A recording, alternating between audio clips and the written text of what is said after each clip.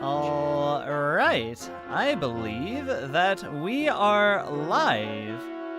Hello, world. How are y'all doing today? Hello. Hello. I'm going to wait a moment on the stream and see if I can verify this with the stream delay. But welcome everyone to the debut of A Link to the Brass, and also A Link to the Past's 30th anniversary. All right, I can see chat pouring in. Hello, Nova Green. Hello, Mr. D. Feels birthday man. Yes. Hello, Robbie, John Robert, and Thomas. Hello, Yamaha Custom Series. Oh man. Oh wow. Do we get some spot? Is this a prelude to a sponsorship deal? No, never mind. Sorry. Some part of me believes that specific model of instrument has its own YouTube channel. I love Very it. Yes. cool. Just that one trumpet. That's cool. So welcome everyone, I am Daniel Rumberger, also known as Danny Music. I'm going to be playing through A Link to the Past, but it will be slightly different.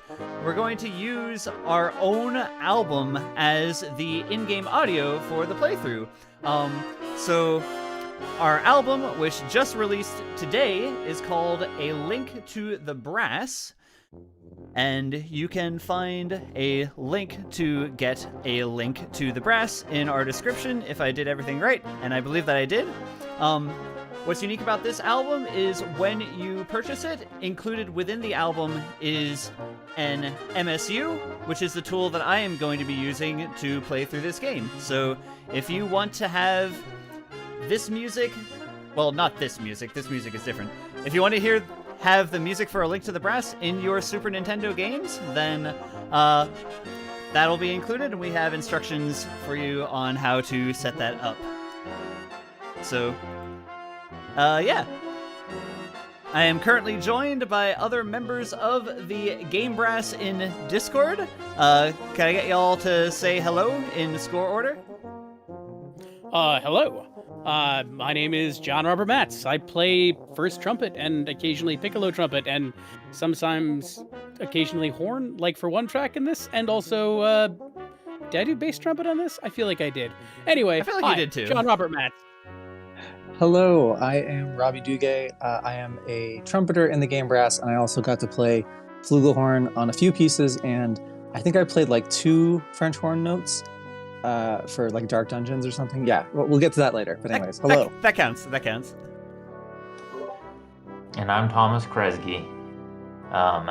Did a lot of the putting together of these new arrangements-ish and mixing them all. Yeah. So, with all that said, I kind of hate to end in the middle of a track, but I would really like to get started with playing this game. So we have about a minute left in the track. If there are any questions that you guys have in the chat on how we arranged the pieces, how we performed them, how we incorporated them into the game, feel free to let us know, and we will answer that during the playthrough. I am going to be starting at the beginning of the game and going all the way through the game, all the way through the end. We're going to beat Ganon, and it'll be a rockin' time. So, with all that said, let's get on with the show. Alright, I'm going to hit begin.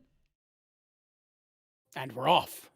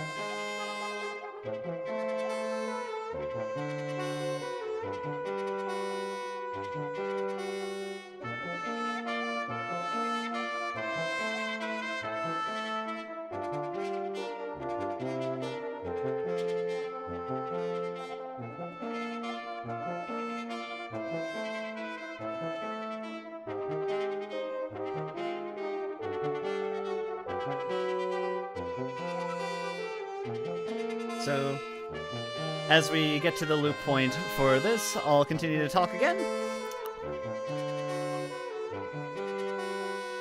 What do we have to say about the first couple tracks? So, the very beginning, the title theme is the only track that is not performed by a live instrument. That was done by Robbie and Thomas, trying to come as close to the original harp sound as possible. What tools did you guys use to make that? Yeah, I mean, we went back and forth a bunch. The very, very first demo we did, I think, was just a random contact synth. And then eventually when we decided to actually go forward with it for the album, we started playing around with Super Audio Cart, which is a contact instrument that is made by Impact Soundworks. It's very good. And so here it is again. So we searched through and we didn't want to get the exact same sound as the original because we didn't want to get flagged as the original. Right. But we definitely wanted to fake people out. So we got, as reasonably close as we could using Super Audio Cart. Yeah, and it sounds absolutely great. Also, hello, Emily Borstein. Welcome. All right, so here's the title theme.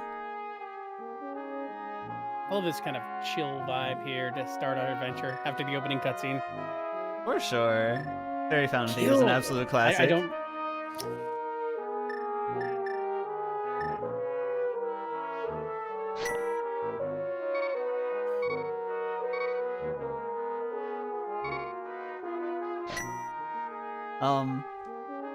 So I should also say with this, the MSU pack that we're using, I'm playing on the Japanese 1.0 version of A Link to the Past, because that is a version that is used in speedrunning, and there are several glitches that are exclusive to the Japanese 1.0 version, but this also works with the English version, and it also works with the randomizer. If you are able to generate a seed on the A Link to the Past randomizer website, which is just alttpr.com, then those seeds that you get there will already come pre-patched, so you can use the MSU with them.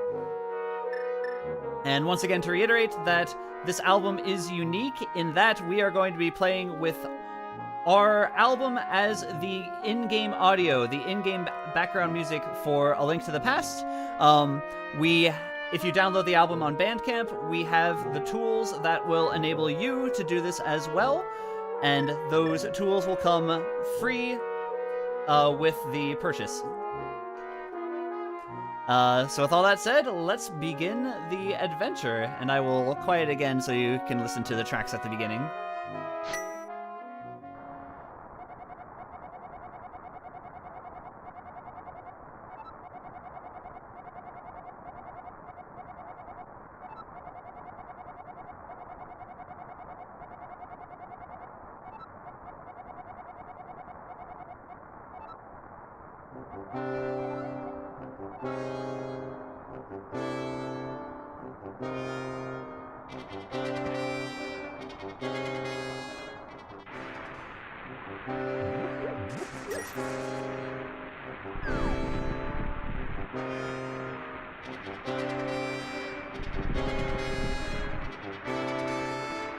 Just a quick note to say that rain is built into the game. We didn't have to actually do that.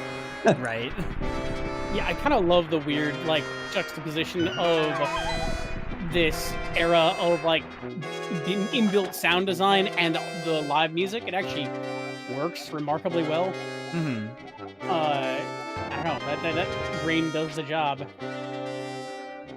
Yeah, it's also very cool, when you're in Hyrule Castle, you can hear the rain sound effect from the inside, which is pretty neat. They just do a virtual high pass filter that over it, right? Yeah. And obviously you can hear it out here. The album version doesn't have the rain sound effect because that was added by the game itself. But here is Hyrule Castle.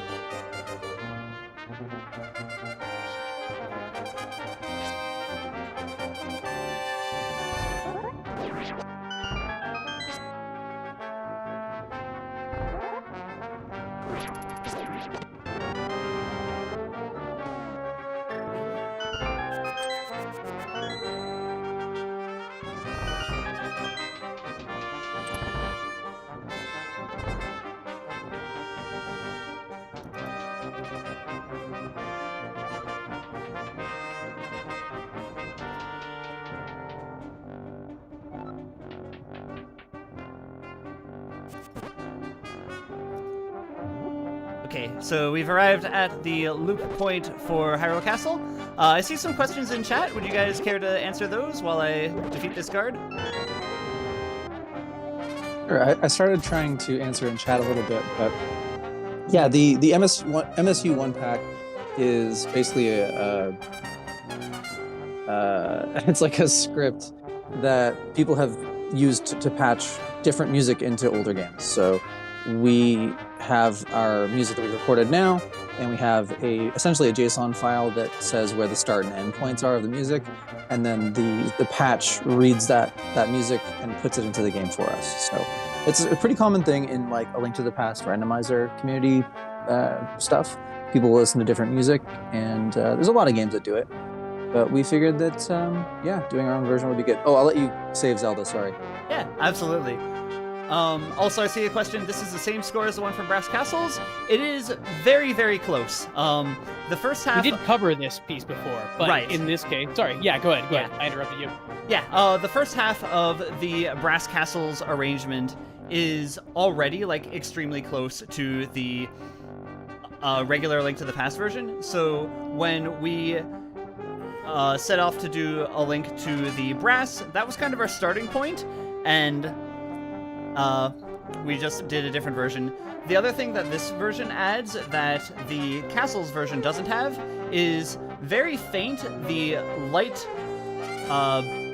what is it? It's like a bass drum percussion? Was it a bass drum? I believe it's bass drum, yeah. Yeah. Which you can hear very faintly in the background, because the original soundtrack also had that. But yeah, now I'll go ahead and save Zelda, and we'll hear something different.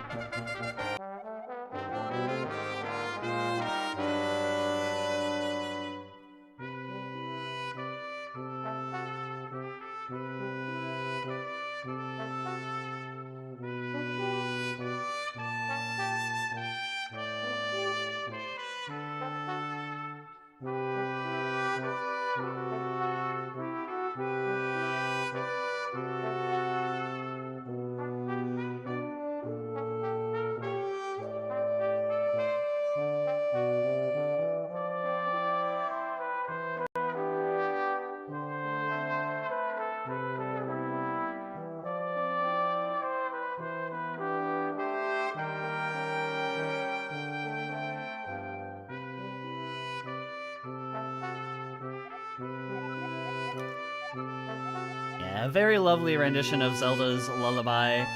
Interestingly, this is before this piece came to be known as Zelda's Lullaby. It's just called Princess Zelda's Rescue. And this is really like... It's the first time that you get to hear this theme, which became such an iconic staple of the Zelda franchise, and it's really gorgeous to hear the horn solo played with it. But yeah, let's save Zelda and be on our way back through Hyrule Castle. And yes, to talk about the process, we did every single song in the original soundtrack, all 31 tracks, including the very short ones, including the themes that you hear for like 15, 20 seconds.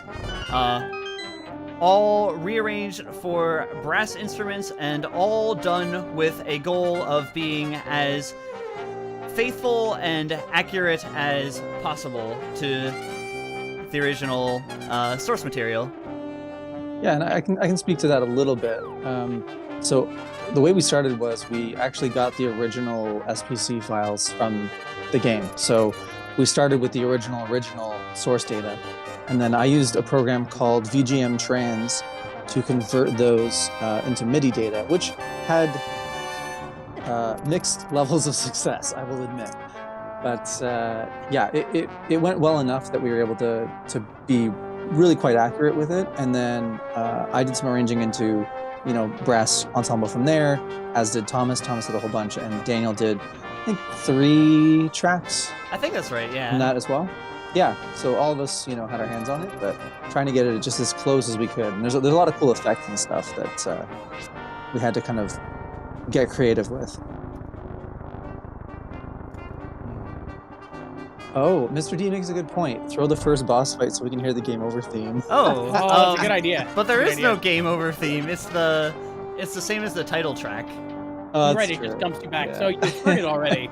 Besides, it's just like asking a champion boxer to throw a match. Oh, the You can't. fight. this yeah. is Yeah, a you hard can't do that. this is a hard game. You might hear the game over theme anyway. Yeah. There's an authentic way to arrive at that point. For sure. Yeah, if we can talk about how to implement. Go on, John Robert. Oh, I was gonna say, if you're actually looking to recreate what we got here, the album on Bandcamp has the package, and there's a full text file instruction set on how to set it up to play with this. Now, if you're actually wondering how we did all of the interactive, programming, etc., that's a different animal entirely. Right. That's a little bit more involved. It's remarkable the amount of stuff. Both Robbie and I work on game music on a daily basis, and it's remarkable how similar in some ways the amount of flexibility you have with this is to what we use in modern game score stuff. So it's pretty darn cool. But yeah, For sure. everything is. And I'll also say, if you are curious about hearing about the implementation process behind the scenes and how I went about and took our soundtrack and made it into the MSU pack that lets you hear it into the game itself, I actually just recorded a podcast episode specifically about this, and that is on the it's called the Go Mode podcast, which is specifically dedicated to A Link to the Past randomizer, and the episode that I just recorded will debut, I believe, Wednesday, sometime middle of next week. But yeah, with all that being said, let's go to Safety in the Sanctuary.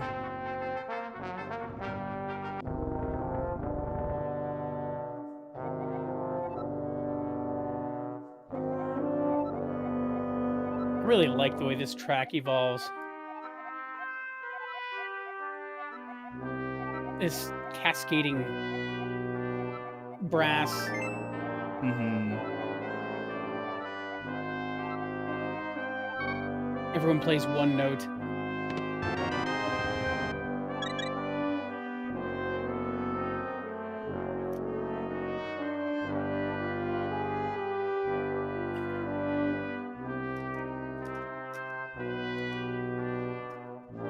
Yeah, it gets quite low in the range, too. Seriously, yeah. I was asking in the chat, but I'll ask Thomas directly in voice. Is this the one that I recorded a French horn note for? Or 3 French horn notes for? Do you remember? No, that's the upcoming dungeon theme. Okay, yeah. This track, just a really quick shout out side note. Oh, hey, Tank Tattoo in the chat. What's up, buddy? But yeah, shout out to Mariachi Entertainment System. They do a really wicked version of this. Yes. Safety in the Sanctuary. Yeah. Oh man, they just released a new album that Hecho and Hyrule. Hecho and Hyrule. It's H.O., but yeah. fucking amazing. Hecho, Hecho. I'm sorry. I'm bad. I took Spanish. I'm bad. I'm sorry. And man, but I'm it's- French. I get a pass. It's tremendous. Yeah. Okay. Yeah. That's good.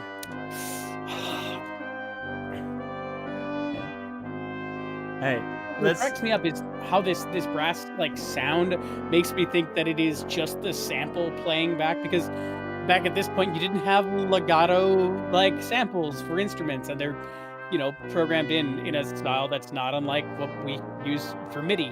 Mhm. And so when you have these cascading notes here, it just sounds like we've regressed slightly, but it's such a cool effect. Anyway, For sure. ah, All right, now the moment you've all been waiting for. The piece that we actually debuted a single version of on our YouTube channel today. The main theme.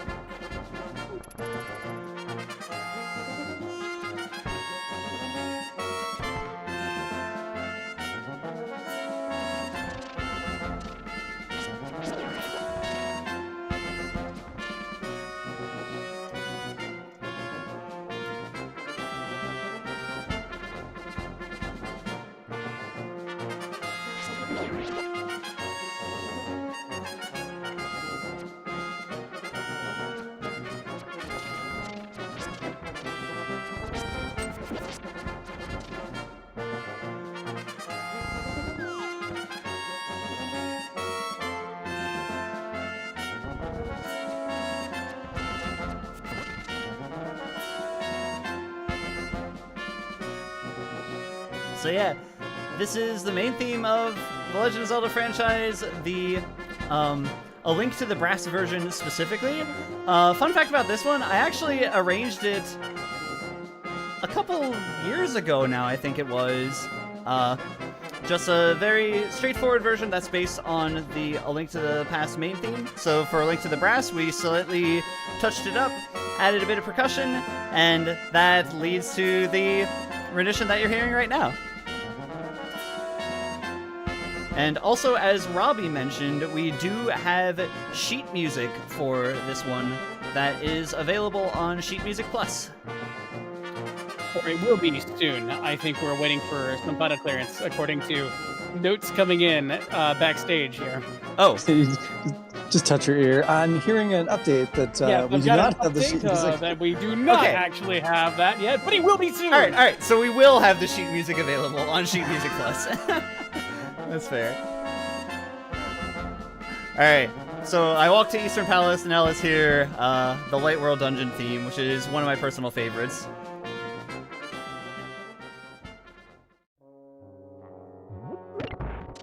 It's a very chill place, very relaxing. Nothing ominous could happen here. Nah.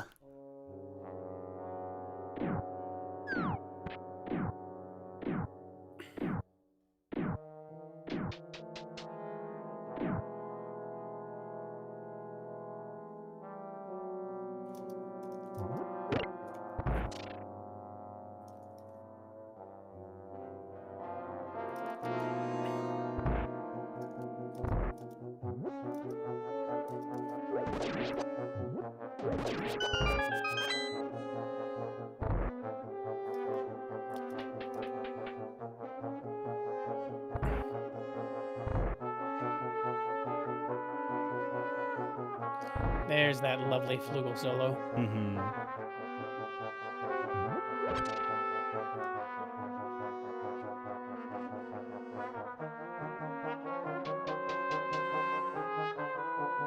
Yep, no, we are going to play the whole game.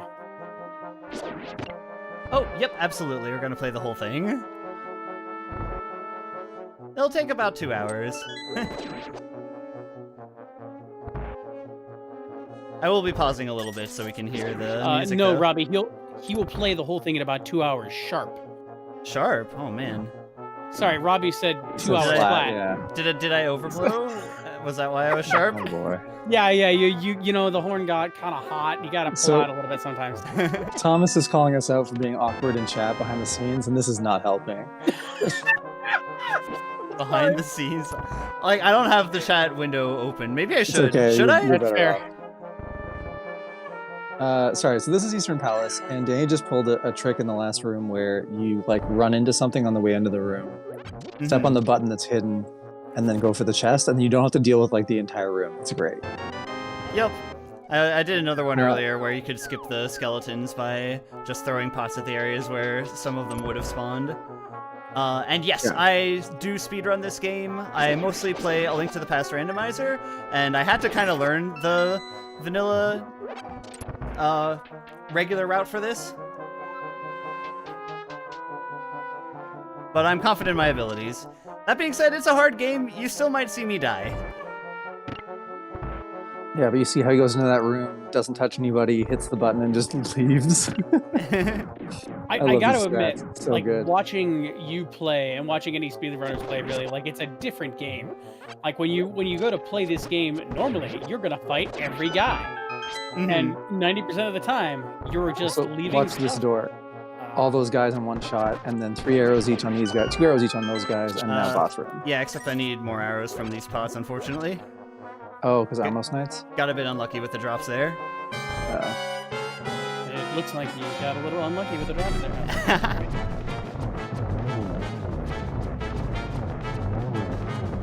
Another fantastic little battle track. And it's over so soon! We'll hear it again, don't worry. Okay, he hit yeah. the loop point. But yeah, you can tell by that boss fight that Danny's done this a couple times.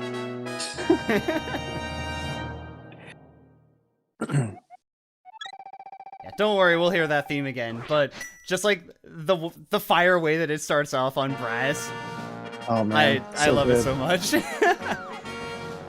It never fails to make me crack up. It's real good. It's really, really good. It'll be about 20-25 minutes until Dark World theme. But I'm glad you enjoyed that. We'll get to hear the Dark World theme a lot. Fun fact about this track: those little snaps you hear there, little, which are like a little percussive sound in the original, original sound font. We did those by unscrewing our valve caps like about a couple turns, and then pressing the valves down and releasing them on the beat. So you get this nice little. Yeah. It's a cool Yeah, effect. basically making our pistons rattle is good. Yep. Good stuff. Yep. It's So cool. good. It's cool that's that not it's the like first time we've actually done brass. No. Yeah, we've got a whole array of like weird like effects and nonsense that we pull on brass instruments, from like steam hissing sounds or wind sounds to clattering valves and all kinds of other nonsense. So it's fun. It's always fun. Mhm. This one is great. Also, shout outs to John Stacy for the percussion on this. All the percussion that you hear in this album was also recorded live. And yeah, the horn riffs are fantastic. The original name for this track is Dank Dungeons. Which I think is more appropriate than ever in the year of our Lord 2021. Yeah. Alright, I'm gonna go get the book and go into Kakariko Village. Don't forget to go to Kakariko Village. Yes. Okay, so he just did a trick where he did a sword spin on stairs, which then gives you like super speed. That's Yep. why he's running so fast right now. Yeah. Unfortunately, I got hit by an enemy and it made it go away, but we'll see it again. Yeah. I'm gonna try to remember to like do my best to commentate. You're doing great. Yeah, Thank you. I Yeah, mostly I- want to keep it about like the music, but I will It's definitely fair. talk about the running things too. Yeah, I just, so Danny streams this game average once a week, let's say, and I try to catch it whenever I can. So I have never run this game myself, but I am aware of a lot of little tricks. So I like calling them out when I see them. For sure. Alright, so now that I've collected the book, I'm going to go into Kakariko Village. I'm reminding myself of this because that is not normally what you do in the speedrun route.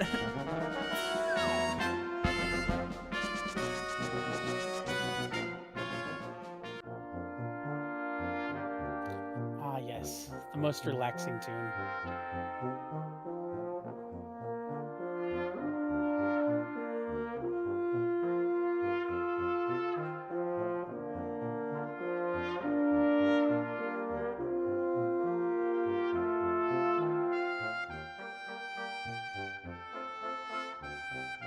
Should I get a bottle? I'm gonna check the old inventory. I didn't see.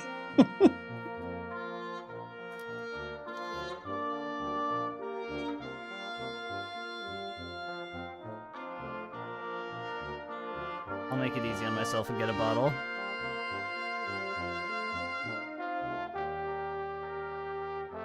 That's a good question. So Noah asks if the Japanese version is actually faster to scroll through. It is, though that isn't the main reason that you use Japanese for the speedrun. The main reason is that there are a couple glitches that are Japanese exclusive, including the best glitch, which is called hammer dashing. Exciting. Eamon C. Blazer asks you to antagonize the cuckoos, which seems like a bad move, frankly. This one, you don't have any adverse repercussions for attacking the cuckoos, actually. They just move away from you. Guys. Love that sound. It's like a gallop. Yeah. It's like a dot matrix printer. Yeah. So the reason why Daniel has come to this exact place at this exact time out of sequence is because if you get into an antagonistic situation, in Kakariko Village at this point, there is a special track that plays. Yeah, so the premise behind the original game is that the evil wizard Ganon has taken over Hyrule Castle and brainwashed all the soldiers. As part of Agonim's disinformation campaign, he has made Link a wanted criminal, and there are some citizens in Kakariko who take those wanted posters seriously. So if you let this person see you... Drama! That's like, we need like a big zoom in on Link right there as he like turns to the camera with a shocked expression. Like, that's what that feels like. This track is actually low-key super fun. It is. It's really fun to play. This is the one where we're just like playing this ostinato like forever. Yeah, like we had do handoffs here, but like it's some of these like chromatic whatever, they're not quite trills, but like they're actually really hard to slot, I found. Mm-hmm. Yeah, it's like, this doesn't sound that hard. Why is it so hard? It's real hard. And then back to Kakariko. So peaceful. They turned you into the cops. Jeez, rude. Sorry. You got marked. You play Zelda on your Game Boy while waiting for pieces of movements that you actually played in. Oh my gosh, that is a very relatable brass player and orchestra story. Yep. It's like, oh, you don't play for pass it. 142 measures of pass red it. and Ataka into the next movement. The worst feeling. Gotta count every measure. And then they stop and then they say, we're gonna jump to measure 42, and that's in like 180 bars of rest, and you're like, I can't do this. Good enough.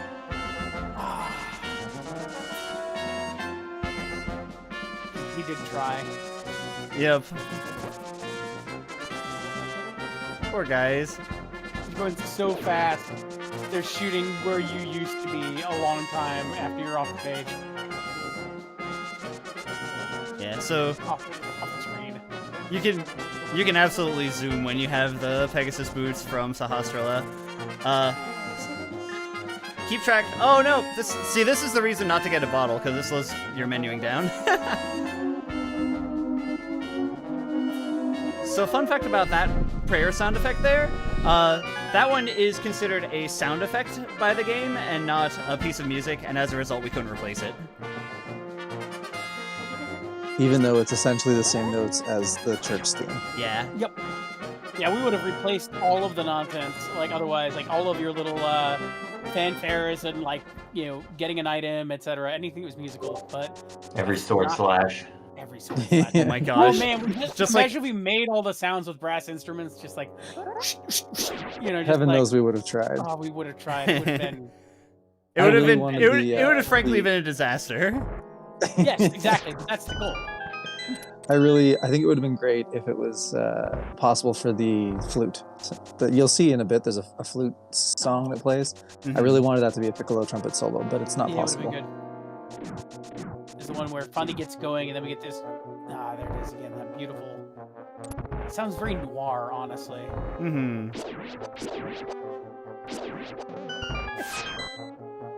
Oh, did he hit you? He did. Rude. I really liked getting to play this solo. Just very. You I played it so probably well. 100 times trying to get it just the way I liked it.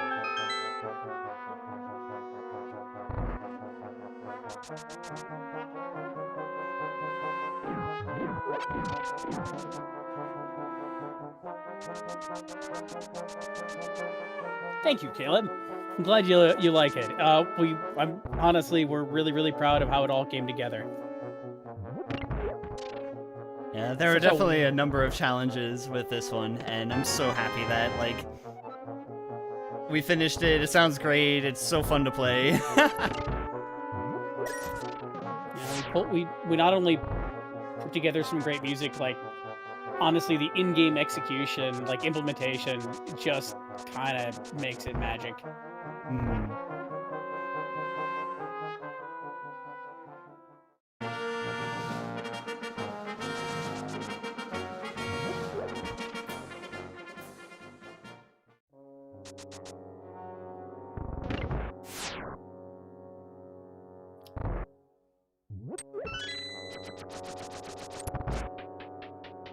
Oh, thank you so much, Akosa20.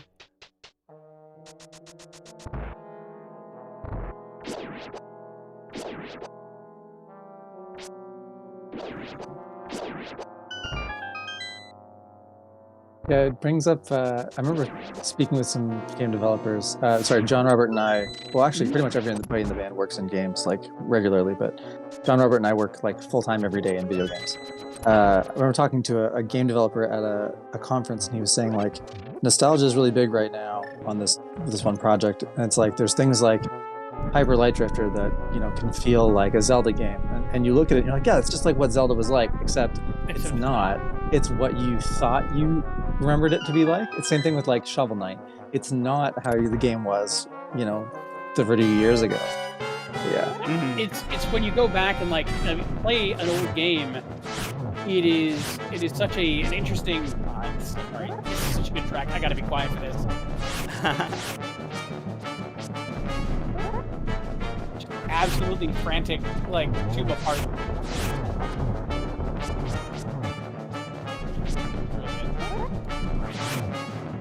Yeah, this mentality of we're gonna do an 8-bit style or a 16 or a 32-bit style game, except it's what you remember it being like is so different than what it actually was, which is such a fascinating concept. How your memory changes, which is why when you have something that is like a really good remaster or update, it still feels like the real thing. Yeah, it feels like you remember it being. And that's always the cool thing. Hyper Light Drifter is a perfect example, honestly. And what other ones have we had recently that are just glorious examples of throwback style, but with a modern touch. Mm-hmm. Yeah, and that was largely our goal with this one. We want the entire soundtrack recreated as faithfully as we could, and you just get to enjoy what's essentially a high-def version of the A Link to the Past original soundtrack, and play it in the games. So, yeah, I can't overstate how accurate we tried to be. Like, you could play this and the original at the same time. Oh, are you doing water walking? Fake flippers? yes. Fake flippers. There you Do you go. want to explain that one? Danny jumps in the water, but he shouldn't be able to jump in the water. Yeah, more or less. He basically jumps down onto the water while the screen is transitioning, and it tricks the game into thinking that he has the flippers when he does not. Right. Oh, wild. Yeah. So the reason that I did it there is just to get a shortcut to this part of the map.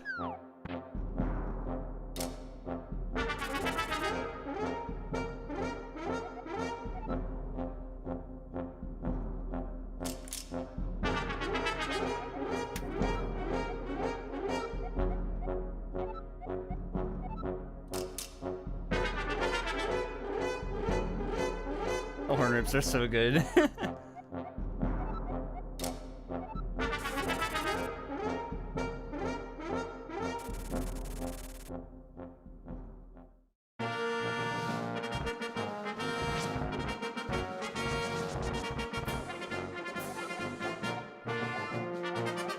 Alright, so we made it through Death Mountain. That old man apparently lives inside the mountain, and he gives us a magic mirror. He doesn't really know what the purpose is, but we'll get to use it right away.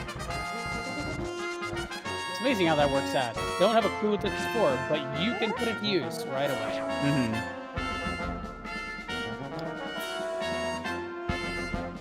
So as we're I was making just our way- reminded. Yes. I was just reminded that. Well, now I have to talk about that. Yeah.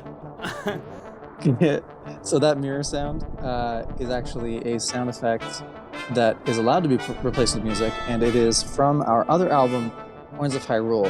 At the end of our Dark World arrangement for 16 Brass, we do that sound effect as a group, and so Danny repurposed it and edited it a little bit to make it work for this implementation. So yeah. What I was going to say before that was I should tell you who all is performing in these pieces. Sure. So, going in score order, we have, I love the way you're making the rabbit dance. We have John Robert Matz playing trumpet and piccolo trumpet, and occasionally flugelhorn, and even more occasionally horn. I'm Robbie Duguay. I play the trumpet and flugelhorn and like one note of horn. We have Danny Flam playing the French horn. We have John Stacy also playing the French horn and all of the live percussion on this album. And then we have Daniel Romberger, our video game host today, playing the trombone, and Alex Hill playing the tuba parts. Also joining us on the call and joining us as a band forever is Thomas Kresge, our producer, mixer, general purpose arranger man. So we've all worked very hard to bring you this as accurate as possible arrangement of every piece from A Link to the Past. Yeah. Hi, we're the Game Brass. Hi, we're the Game Brass. That is. Hi, we're the Game Brass. That is our groove. Hi, we're the Game Brass. I also wanted to linger here because this is the bunny music. So, A Link to the Past has a mechanic where you go into like a bizarro version of Hyrule. You can see a little map of the overworld here. Also, notice how the music quiets down when I open the map screen? That's an effect that's added by the game, and it's cool to get to hear that implemented by our soundtrack. So if you're in the Dark World and you don't have the Moon Pearl yet, you get to be a bunny. Also, apparently, if you open the map while you're a bunny, then it messes up with the pixelation, but that's a different thing.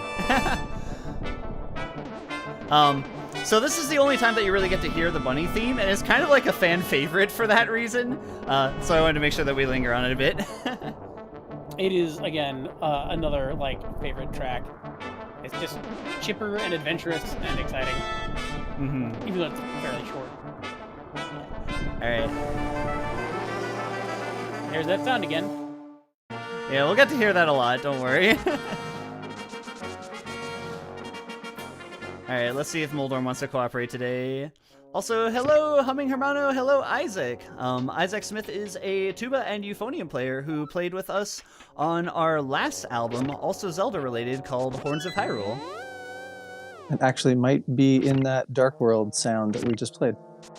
Yeah, I'm pretty sure Isaac was euphonium for that one. Yeah.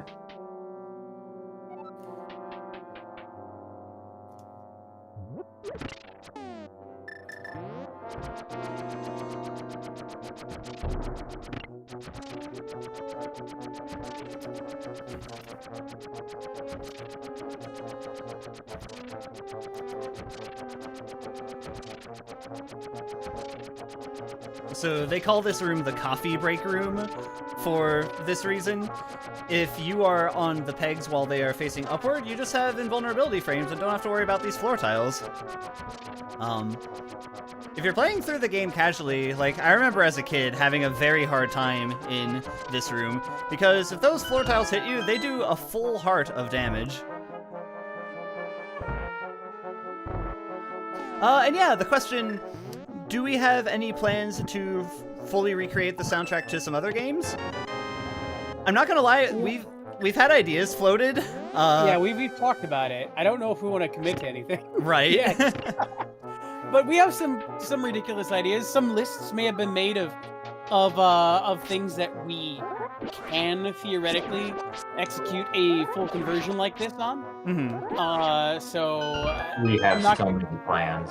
Yeah, I mean, long-time listeners to the Game Brass streams will be well aware that we have a giant spreadsheet where we have listed so many concepts for not just songs, like albums, projects. There's so many different ideas. We've talked about making an album that's bridge themed. It's the most stupidest law themed. Oh my gosh. Illegal forests and because castles was our first big thing, right? And it took us 3 years to produce, but we got there. So not every soundtrack, I think. Not every soundtrack, I think, can be replaced. Maybe every SNES one can. There is a list of them. Mm-hmm. I'm not going to list any of them here. The Necrodancer? That's gonna, because the ones that are at the top of my head, on the tip of my tongue, are the ones that I want to do. So yeah.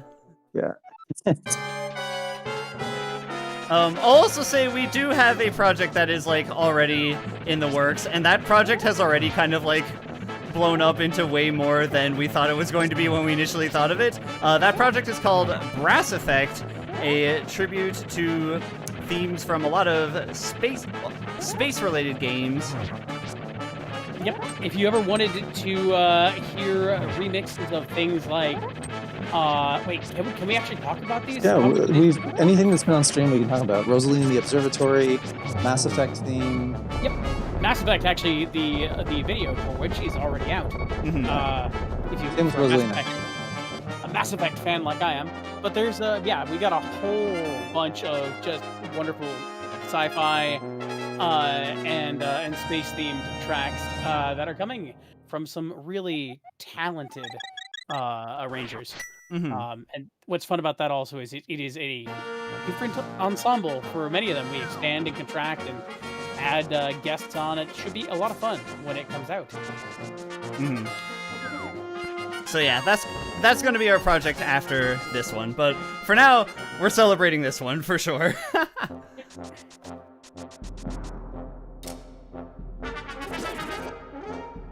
This will probably be the last Zelda related thing for a little while too. But we had 2 Zelda albums today. 2 Zelda albums this year, not today. 1 Zelda Just album multiple today. albums a day. 2 Zelda albums a day. That's how we do it. Yep, that's how we do it. Keeps the doctor away. It's got a arrange, mix, record, everything. 2 a day. No big deal. Yeah. Oh yeah, Lost Woods. Worth mentioning. Oh.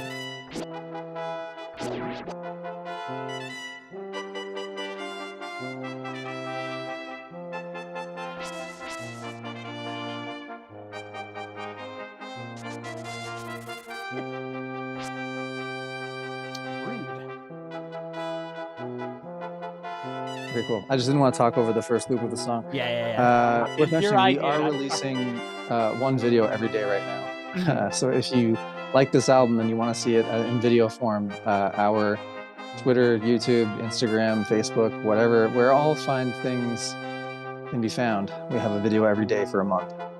And yeah, shout out to the TurboGrafx 16. I especially liked Final Lap Twin. And yeah, Moldorm is a very annoying boss. I'm actually very happy that I was able to get through that on the first attempt. But for now, let's pull the Master Sword.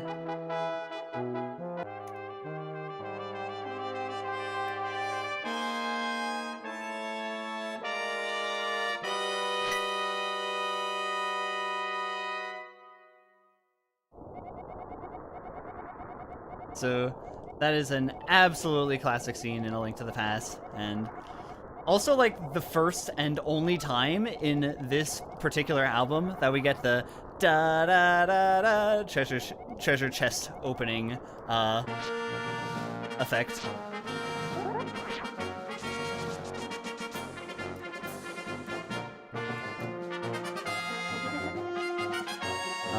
And now we're getting a telepathic message from Princess Zelda that she is in trouble.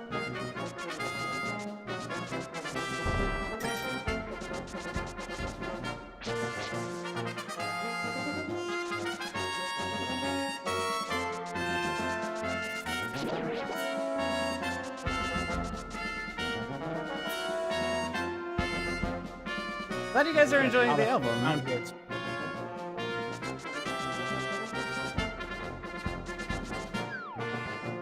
Glad you're enjoying the shorts too.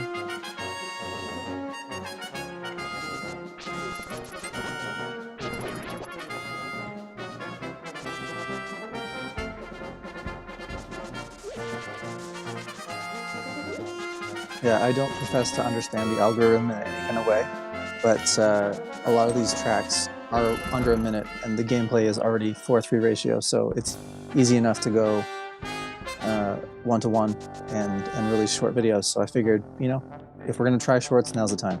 Yep, exactly. Oh. You're gonna try on shorts, as they say. No. So now that we have the Master Sword, we can slash through that barrier there. This is Aghanim's Tower. Also uses the Hyrule Castle theme. So I'm gonna wait for these guards to come close, and then...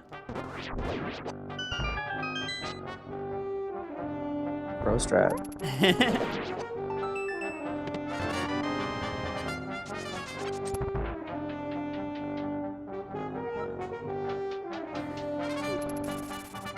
Yeah, and as somebody pointed out earlier in the chat, I think it was Mr. D, this is the third time we've produced this track, so Yep. I feel like we really got it down this time, you know? It only took, third time's the charm, etc. But I mean, each one of those interpretations has been a different animal. Like our first one was fairly close to the original, but our second We're one sure literally the same track, John. Yeah. But we took it different places. Like we expanded upon it. And this one is us literally trying to keep exactly note for note because it has to go in the game and function exactly the same. So different approaches. But yeah, we have covered it. Where are the splits for this speedrun? I'm not using them this time, because I'm lingering around and we're going to talk about the album and playing some of the music. But, when I was running this in practice, I was able to get around 140. So, take that plus however much time we spend talking and going through things. Which, knowing us, is not insignificant, so... Yeah. The speedrun is a vehicle with which to celebrate the album, not the other way around. Casual speedrun. That's a good way to look at it, yeah.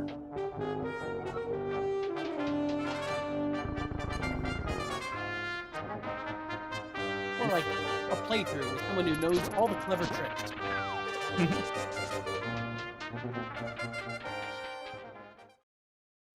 Alright, this I love one. good- Yes.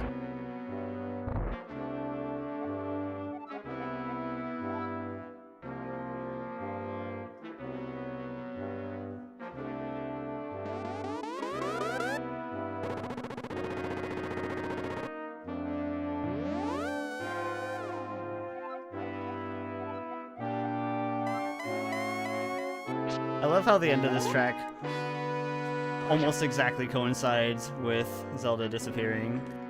Well, it's basically a cutscene. So you have to think that, Koji Kondo, planned it that way, right? Mm-hmm. So that it would climax at exactly the point that she's zapped away and then loop back and you get to either run around this room forever or go Are on. you bringing down Jericho? What's going on here? Oh, I was just lingering while we were talking so we could hear this a bit more. I just remember Throw how the hard this curtains. was to count because it was constantly that cascade at the end. Dun, dun, dun, dun, dun, dun, dun. It's not a consistent accelerando. It's Right. a weird. Nice. Yeah, I believe with that one we ended up having to take it as a metrical thing. Yep. Where it started off as half notes, but then as the track would get quicker, then the note values themselves would shrink.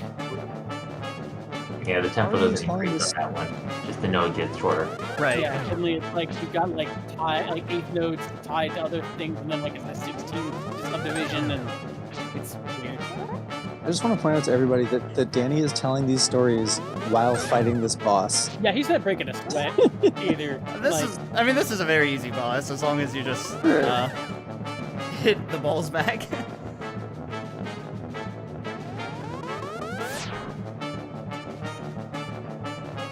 The way that Ganon works is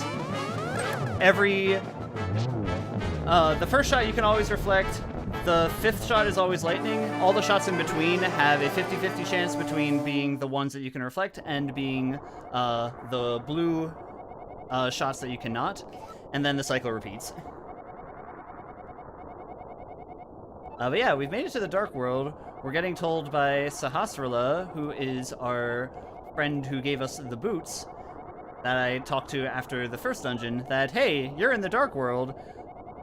This was once a golden land and has now been corrupted by the forces of evil. There are 7 maidens who have been sealed away inside crystals, the last of which is Princess Zelda, and you have a whole nother game to play.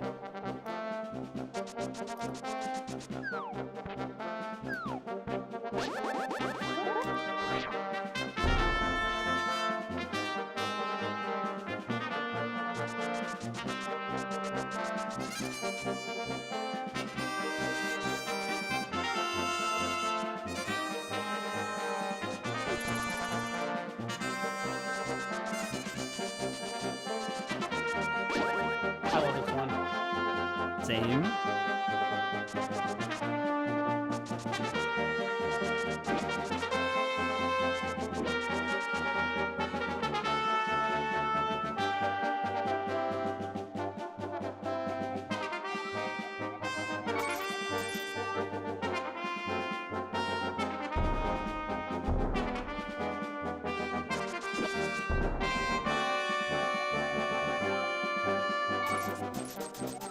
Wow, that was like exactly as long as it took me to take the monkey back. Did that monkey try to tell you something, or? The monkey's like, hey, I can open up this dungeon for you. Just give me 100 rupees. So, Awesome. Very we did. helpful. Thank you, monkey. Yeah. All right, now for the Dark World dungeon theme, which we're going to be hearing a lot of. That high counter melody was very high. Oh yes, this one. Hmm. Infinite valve trills. I don't know what to call these. Every one of these bits in the background here is like the Yeah, same this one's thing. an experiment. It's all these. It's basically we created a valve tremolo, I guess you might say, where we use alternate fingerings and then the normal fingering for a note and alternate between them. Yeah, we're trying to recreate the original as close as possible, but that also to me means as close as possible and still possible on brass. And these fast notes are maybe not impossible, but maybe for like a minute straight, it's not great. So we came up with a different solution where you're just quickly changing between alternate fingerings, like a trill, but it's the same note to make it happen. If anyone's if anyone's a brass player, if you're wondering what we're trying to say, if you were to play a high E and you were to play it as 1, 2, or open, it's the same note.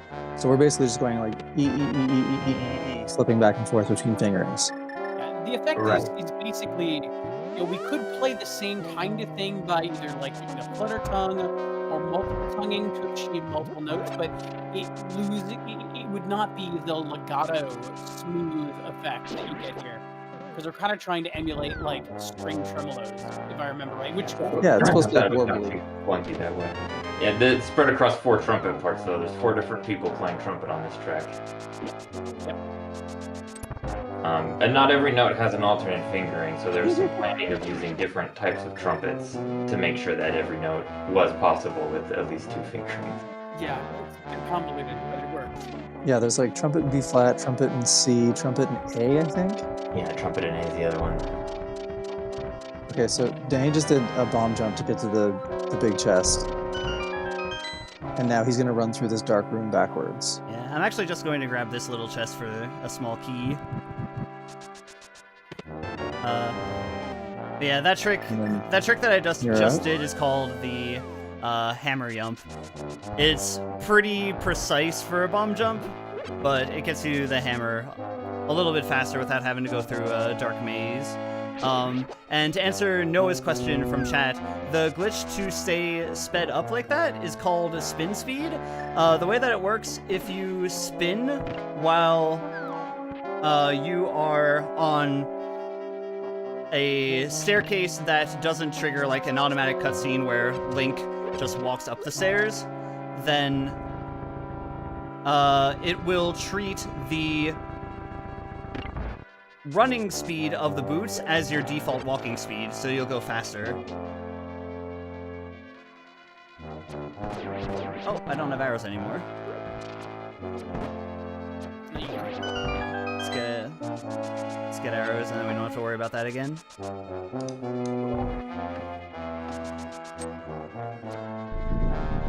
I love that we just talked about like the 4 trumpets in this piece so much, but the like real highlight of it is definitely low brass. Like it's just low brass melody piece. Yeah, so the trumpets good. are background, but we got 2 trumpet players here, so the low brass is I do love the way that it's mixed in the background too. Like,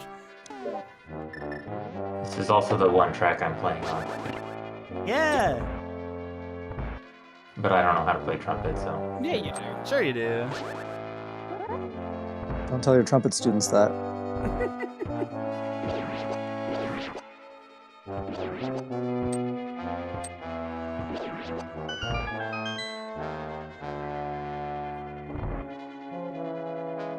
Alright. If I'm going to die, it's most likely going to be on this boss. It'll never happen. Your Helmasaur, favorite. Helmasaur on this equipment is pretty rough.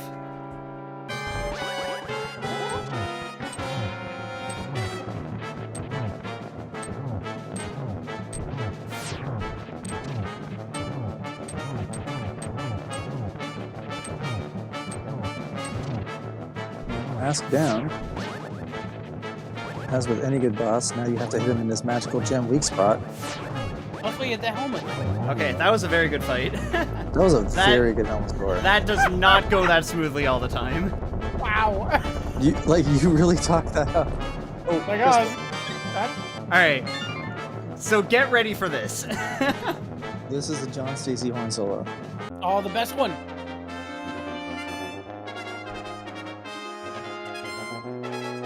Not this. Not this. Wait for it. Wait for it.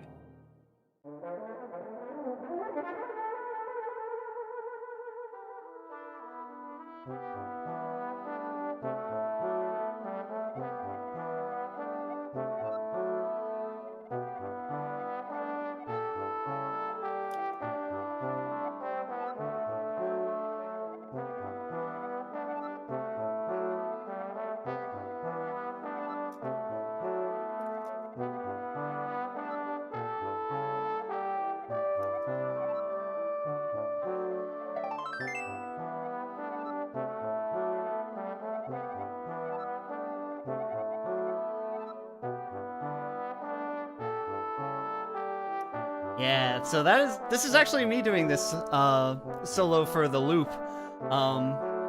It does go to a high D on trombone, and it's a bit of an intimidating note, but I was pretty happy with the take that we got.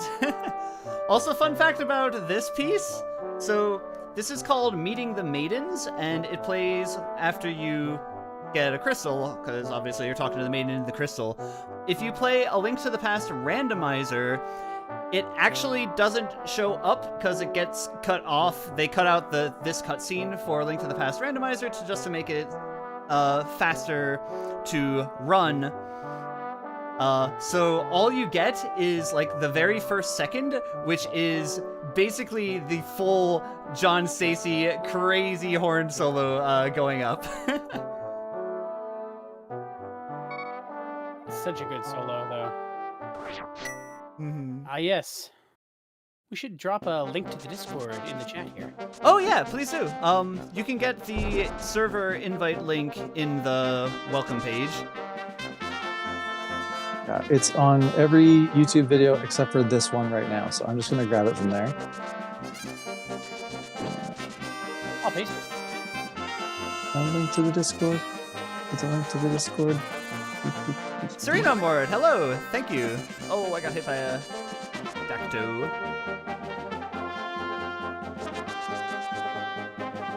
Alright, am I gonna get the hammer dash? Nope. Alright. That's fine, I'll get it later. Yeah, hammer dash is like my favorite glitch. Same.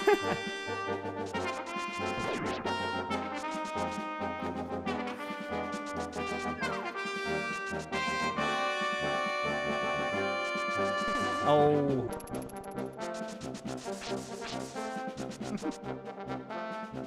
Alright, so going over here. So the story with this guy, he hung out in the forest here and then all of a sudden was transported to the Dark World. He's a flute player and he buried his flute in the Light World, so he gives you a shovel in order to dig it up. Here you can see, this is what he normally looks like, but if you go approach him, he goes away, and that's because he was teleported to the Dark World. So, you can dig up his flute, and then you have it to play it for him. But I'm not actually going to play it for him, I'm going to just walk to Kakariko and activate it.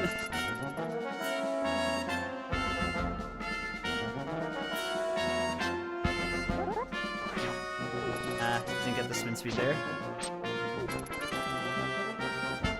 So for anyone joining us right now who wasn't here at the beginning, this is A Link to the Brass. It is a complete music replacement of A Link to the Past in celebration of the 30th anniversary of the game, which is today. Our group, the Game Brass, has arranged and recorded every piece in the entire Link to the Past soundtrack, and our boy Danny here has made it into an MSU pack, which essentially means it can be modded and played in the real game. If you buy the game on Bandcamp, you get the full instructions for that. As well To buy the album on Bandcamp. Yeah, buy the album on Bandcamp, not the game. Yes, Don't we buy are the the game. we are the creators of A Link to the Past by our game. Yes, exactly. That's not true. Not at all.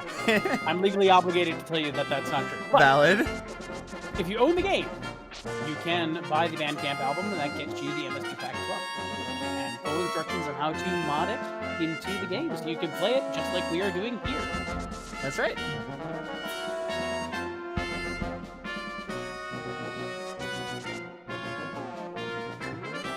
Hammer Dash. You're just hiding those portals everywhere, aren't they? Mm-hmm. Under a rock?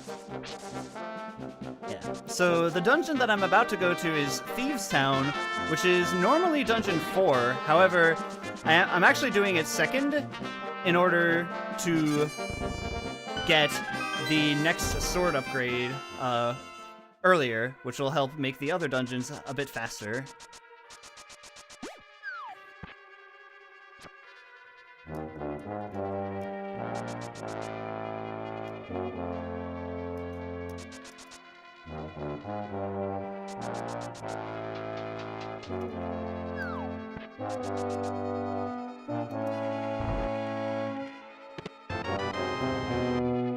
This dungeon is a bit of a maze, and the boss is pretty difficult at the end of it.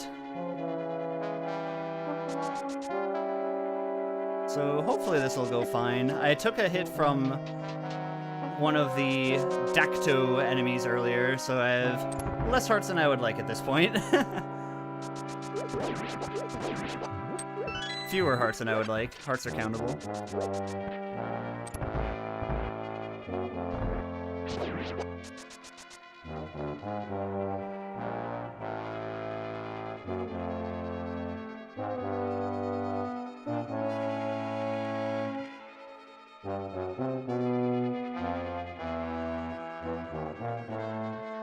That room went well.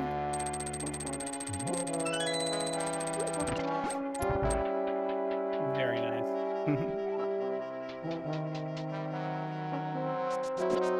Oh! That guy was not supposed to go there. This is a good opportunity for me to say, if we could have replaced sound effects, I would have definitely replaced the low health sound with For a sure. trumpet doot. Alright. Sorry, friends, we'll try to get a heart container soon.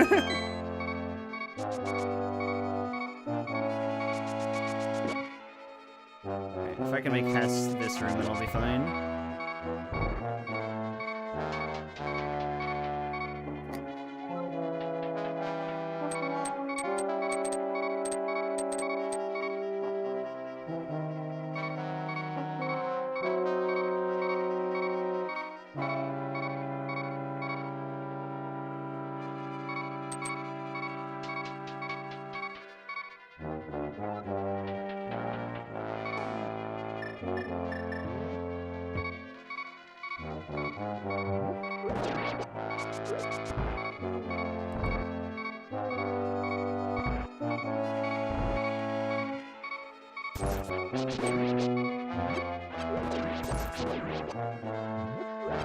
Okay. Alright, now I should be in the clear.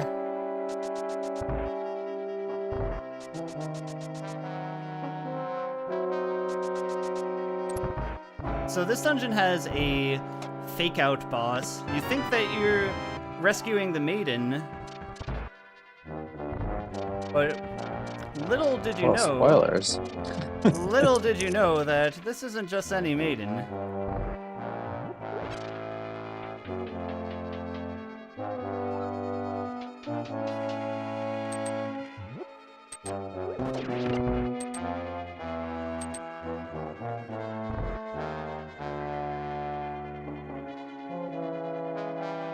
Turns out it's the boss of the dungeon! Oh my. Surprise. Who could have guessed?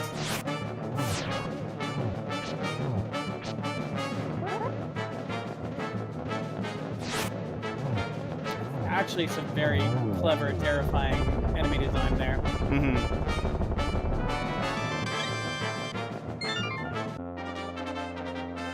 Ooh, wait, we get to hear that horn solo again? Yes. You have to hear it 7 times. Let's go.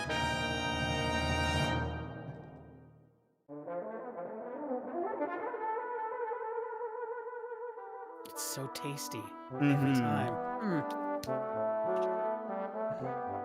And like I said, I love it for the randomizer. You basically just hear the horn solo, and then you're on to the next thing. Much as I love my own trombone solo, too.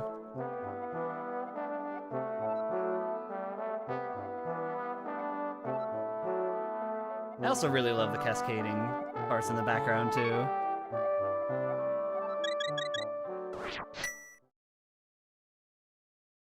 Alright, so now I need to not forget about getting rupees.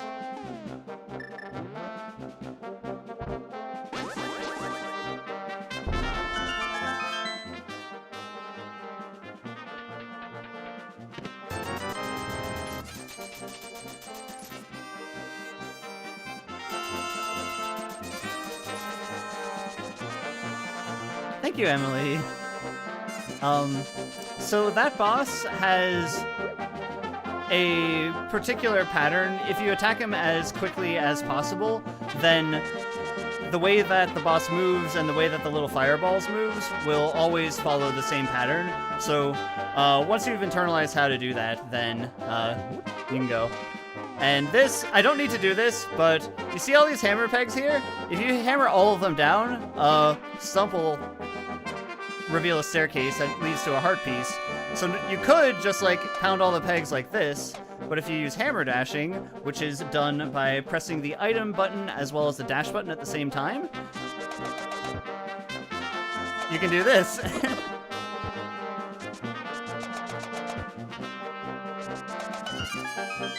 Amazing.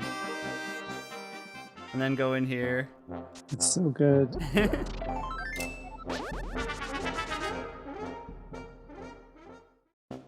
Alright.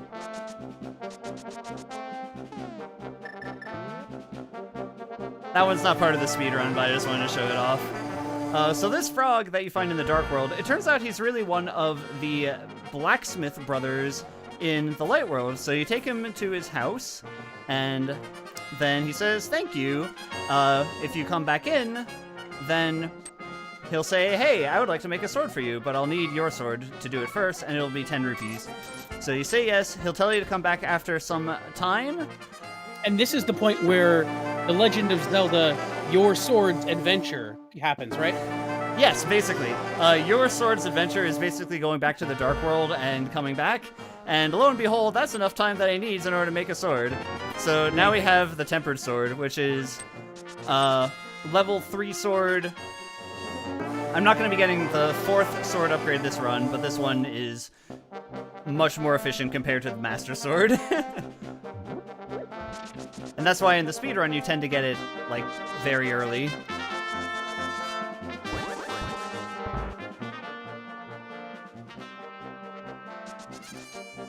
Oh wait, did I miss a pun? Was I in exposition mode and talk over it? It was the Four Swords Adventure thing.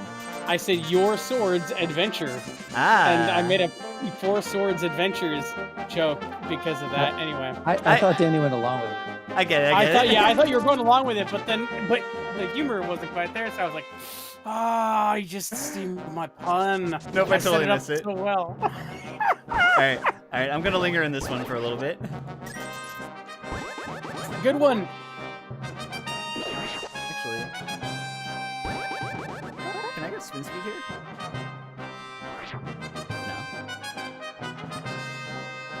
No. Nice of them to put skulls everywhere. Really livens the place up.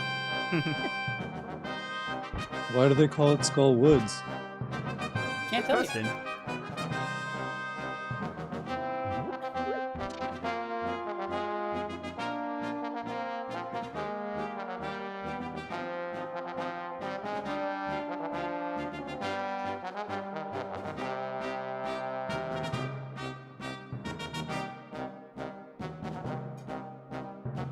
So, I will say this one, when people found out that we were doing A Link to the Brass, this was like one of the first tracks that people wanted to hear, and I absolutely love it. It was super satisfying to play, and I'm glad that y'all were looking forward to this one. Star Wars knockoff sound? It really does sound like Star Wars in a way. It's just the ostinato pattern in the background. Dun, dun, dun, dun, dun, dun, dun. You know, it has that But Imperial also March the introduction. do-do-do-do-do. Yeah. Like, it has that marching snare to it. I'm not going to lie. It has the vibe of someone who listened to the Imperial March at least once. You know, it's good though. I like this range a lot. Me too.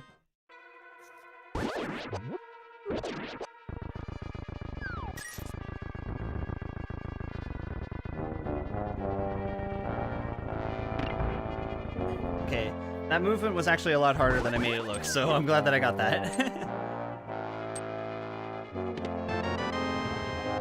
So we come in here to get the big key, and then peace out.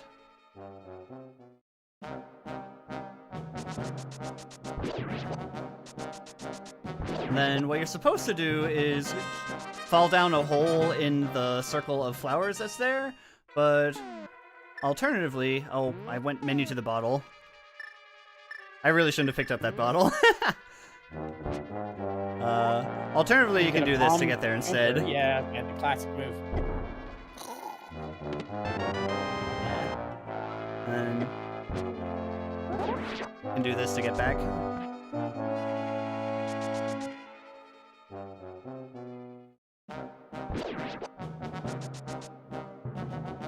Yeah, the wall masters are not the most friendly enemies in this dungeon. I still, the name Wallmaster is just a terrible name. I was Well, gonna say, is that what it's- they're called? Yeah, but it's Amazing. because in the original Legend of Zelda they did actually come from the walls. It's only this game that they started coming out from the ceiling.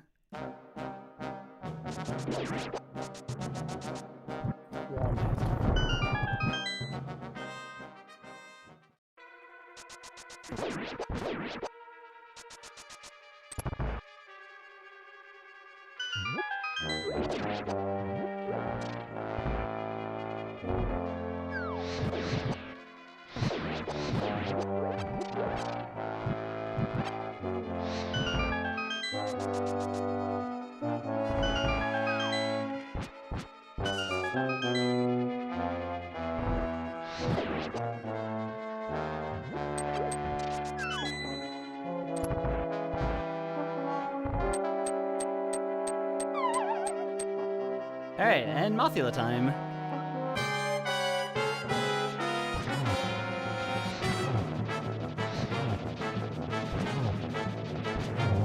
And Mothula's done. I looked away for 2 seconds, Good Daniel. God! That's another boss. Like, having the Tempered Sword early for that reason alone is, it's super helpful for the Mothula fight because it only takes 4 shots with Tempered Sword. There is a problem that you run into with Mothula, that he can get stuck on the spikes, and if he would take damage from a spike, he instead won't. So that can be a little bit problematic. If he gets ricocheted into the spike, then he just won't take damage. Fortunately, that fight ended up going very well.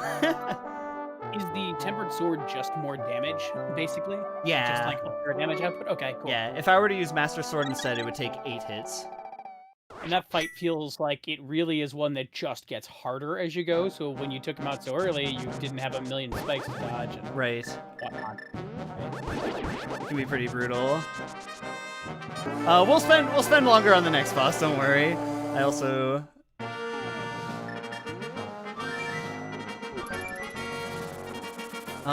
So the next thing that I have...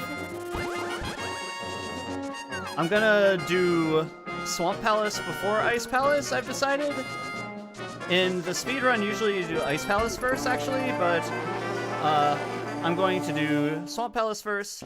The difference is having the hookshot versus having a small amount more menuing. But before that, I'm gonna get the flippers and the Quake Medallion. We have a request to spend more time in the boss fights so you can hear that sweet boss music. The next fight will take longer, don't worry.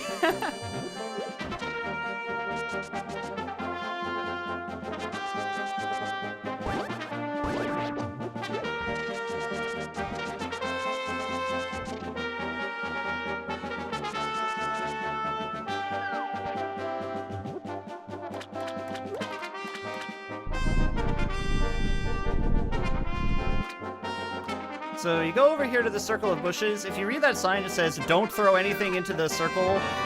So of course if you throw something in, then that fish pops out and gives you the Quake Medallion, which you need for reasons. And coincidentally, in the light world, if you go over here to this corner, you can buy the flippers from King Zora in exchange for 500 rupees. So the rupee picking up that I did in Village of Outcasts earlier, that was for this reason. How big is the MSU file? I know it's over 200 megabytes. I don't recall the number exactly, but it's included with the album as a separate zip folder that you can just unpack.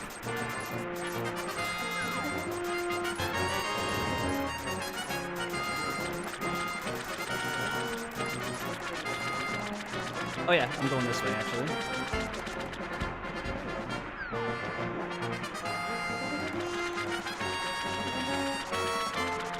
And part of what the MSU does is it increases the storage space that A Link to the Past has, so that's what makes it possible to have over 200 megabytes of music in the game.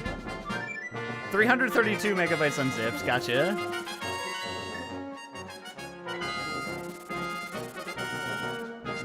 Vastly dwarfing the original game in size. With just music. Oh yeah, like the entire game would have been like 8 megs or something. Yup. At most, I mean, like a cartridge. Ooh, this track.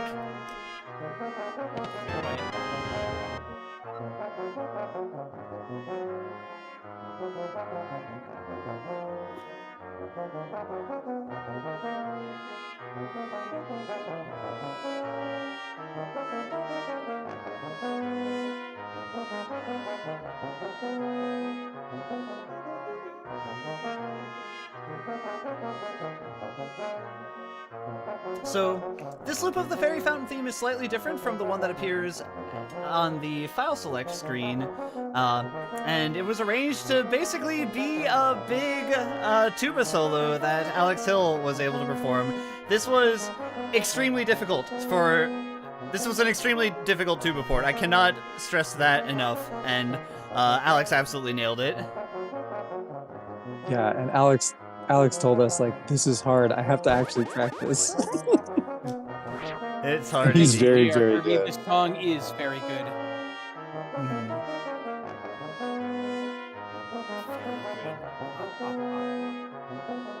Love it. It's wonderful.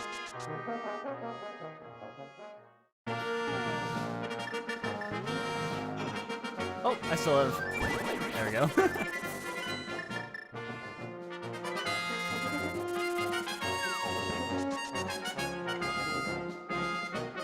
So yeah, the purpose of going into that cave is to grab the ice rod, which I'll be needing for later.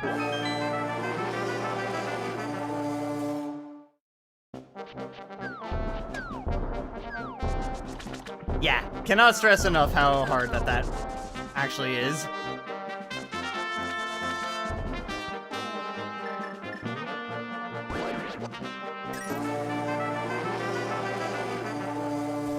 So for Swamp Palace, it was very hard.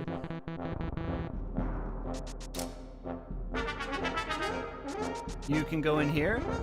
Also, the trick that I just did was called mirror block cancellation. Basically, when you're pushing an object, then that object ceases to be a solid object. And if you use the mirror while you're pushing the object not in a dungeon, then you'll just glitch it out of existence. I don't know why. Are you going to be doing Diver Down, or is that not part of the... I will be doing Bomb Diver Down, but not on the left side. Let's see if I can get a Hammer Dash here. Nope. Sometimes that enemy just doesn't want to cooperate.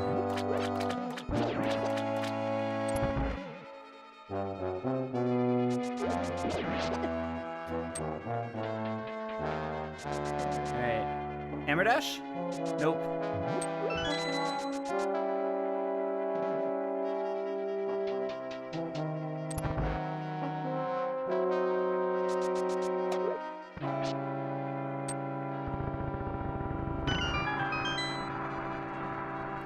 So yeah, as we're going through, what was your favorite track to record? Let's start with John on that. Oh, jeez.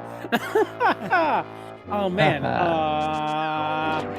The one we just had, man. Okay, fine. I'll go first. Thank you. There are two solos in this that I really that I really enjoyed playing, and because I've watched this played so many times, they're like meaningful, right? So the one was the Light World Dungeon solo bit that I really enjoyed, and that track is really cool. And the other one is I think it's Dank Dungeons. Is the other one da da da da da da da? Or is that the same? That's the same. Also the Light World Dungeon theme. Yeah. The other one is it's a flugelhorn solo. I don't remember. Anyway, really, it was a lot of fun to play. So that kills time for you, John. Now you can give it an answer that you thought about. Thanks. Man.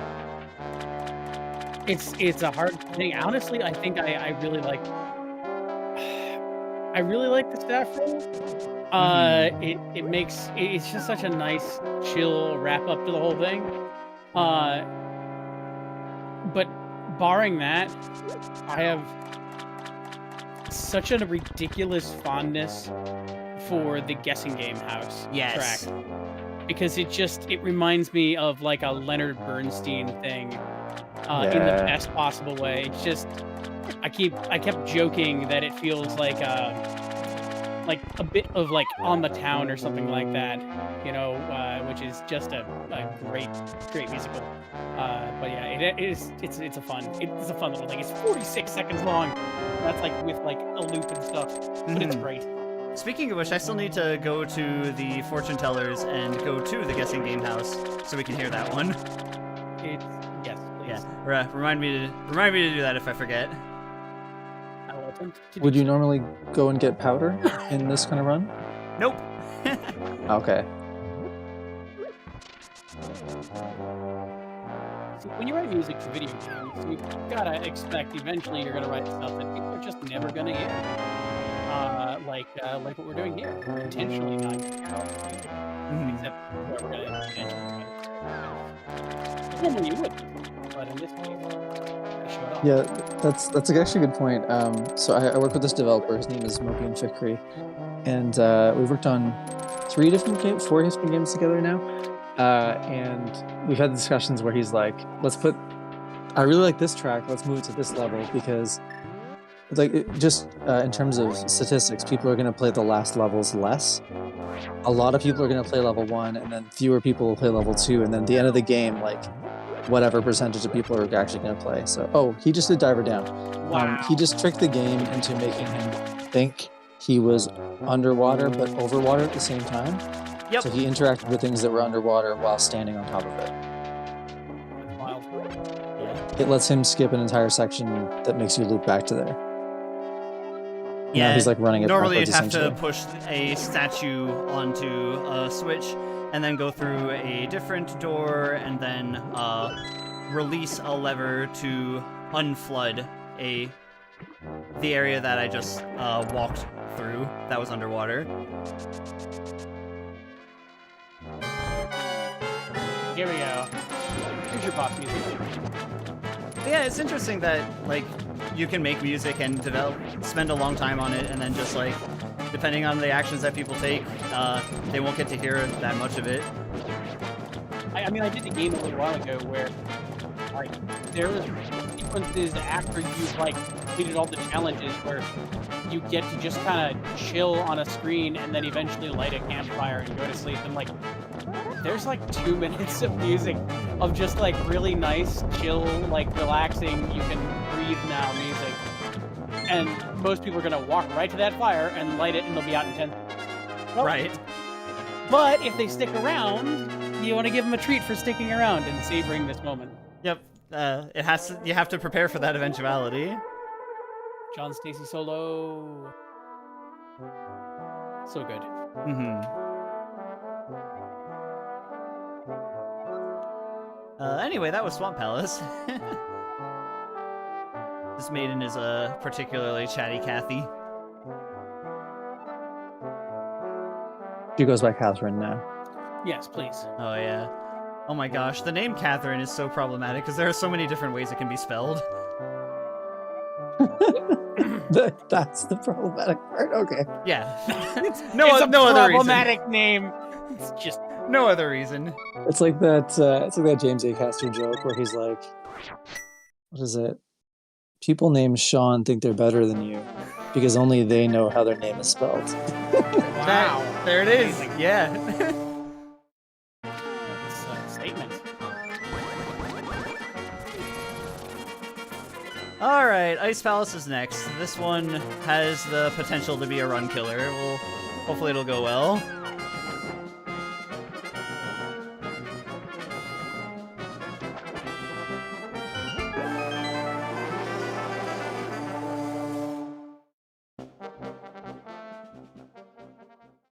I do look at things like that, like you pull out this rock. Like, how do you know when you're playing this game without this knowledge? Well, see, the first time you play it, you're supposed to, kill every enemy and Yeah, turn over every rock Mhm. and throw items into every circle in the water and see what happens. Bomb every hole in the wall. It's wild how game design has shifted. Like, some things are exactly the same, and like would 100% fit with modern game design. Like, what's the right term here? Like, this is how you would do it nowadays, or like it would be not out of character. And other stuff is just like, this is an odd choice. It feels strange, but yes, exactly. Shion. I mean, is it Scene? Is it Sean? Is it some other way of spelling Sean? No one knows, and Now no I'm one can just ever thinking know. of Sean Ah, from Deltarune. into Deltarune. Oh man, I didn't know the other kill guys were here. Sorry,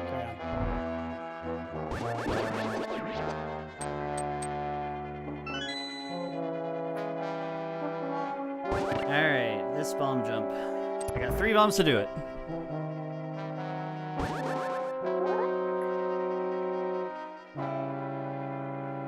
Wait for the... Okay, first try. Nailed it. I love that running into the wall in one square is enough to knock you back far enough. That's a bonk. Yeah. Yep. An intentional bonk this time. I've done plenty of unintentional bonks. Yeah, I think you bonked the door for some reason like 2 rooms ago. I was surprised. How did that happen? Good question. I like this room because you have to do the sword hit thing to like jump down the stairs. You've gotten a lot better at that room. Thank Whoa. you.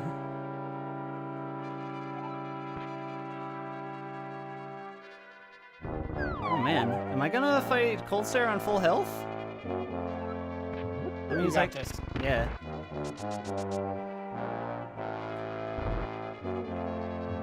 This boss, don't hug the puffballs. They do, I believe, 6 hearts of damage on green mail.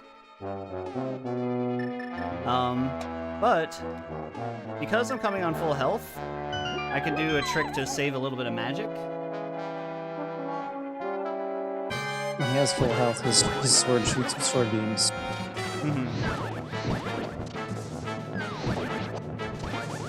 If you shoot a sword beam while the fire is still active, the sword beam takes the properties of the fire, and that gets a little closer to unfying Cold Stare.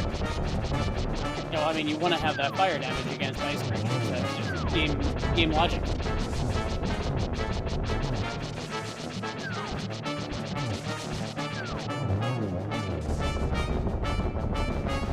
Jeez, nicely done. Whew. Alright. Feel good about that one. This is another dungeon that can be a pretty big problem sometimes. Yeah, you nailed it. That was great.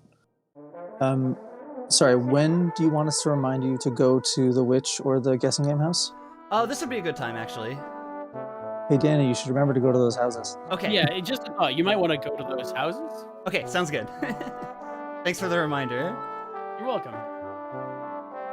Legitimately, thanks for the reminder, because I actually did forget in the intervening time. I mean, you have other things on your mind, like not dying, Generally recommended. as in life.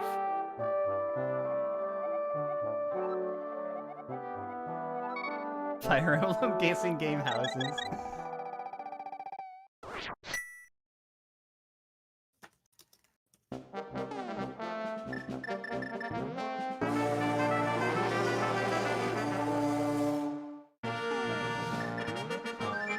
I also still will never get over the mirror transition. Alright, so fortune teller first.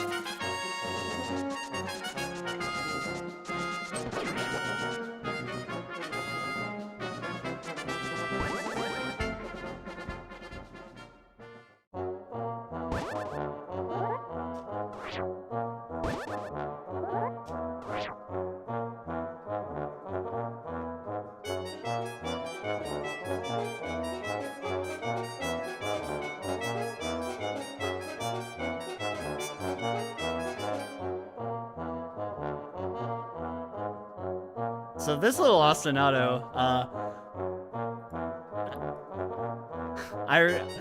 my approach to recording this one was basically play it as many times as I could without running out of breath, and then take a breath and play it again, and then stitch them all together. It is a very bizarre track. It just feels strange, like your brain is being warped by something in this hut. What mystical powers lay inside? Who knows? Yeah. Let's go talk to the fortune teller. Yeah. That NPC, if you talk to them, they give you hints about where to go in the game if you're stuck. The hints are still kind of cryptic, though. Where's this guessing game? Alright, going to the guessing game house now. Oh, not my bombs! Rude. Look at that, stealing your stuff. My cabbages. I actually need those bombs.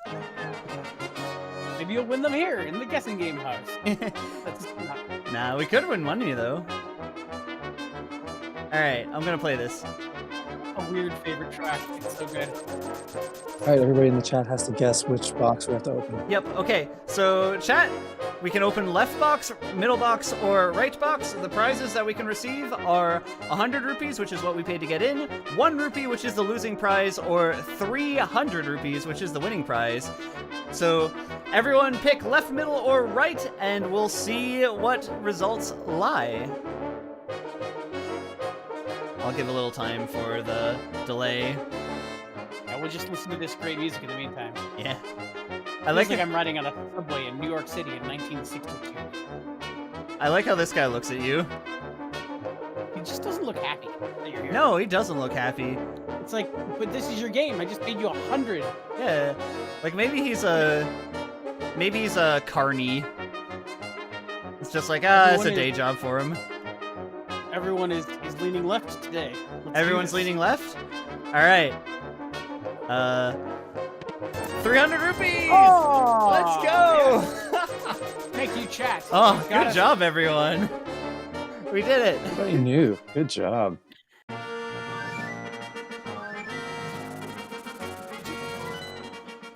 I'm sorry. I feel like every time I see that happen, I feel like you're being like skyhooked by a C-130 or something like that. Just off the map.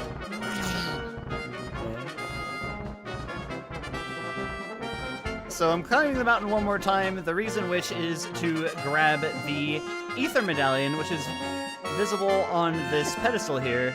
If I would have read the pedestal a little bit earlier, it would basically say to come back with Master Sword, but now I have the Master Sword. Now I have the Master Sword Plus, actually.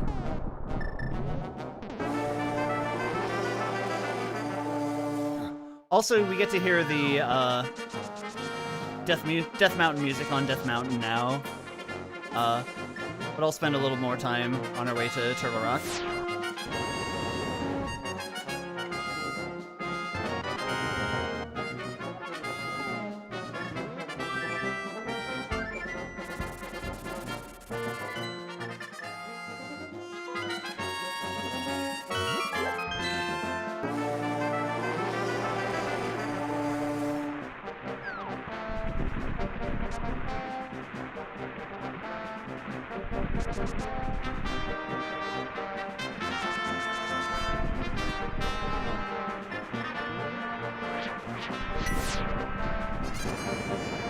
Oh, this was the other solo I was thinking of. Yeah! Totally. The theme from the Dark World. Let's go to the Dark Not World. intimidating at all. Yep. That's the reason that we needed the Ether Medallion, by the way.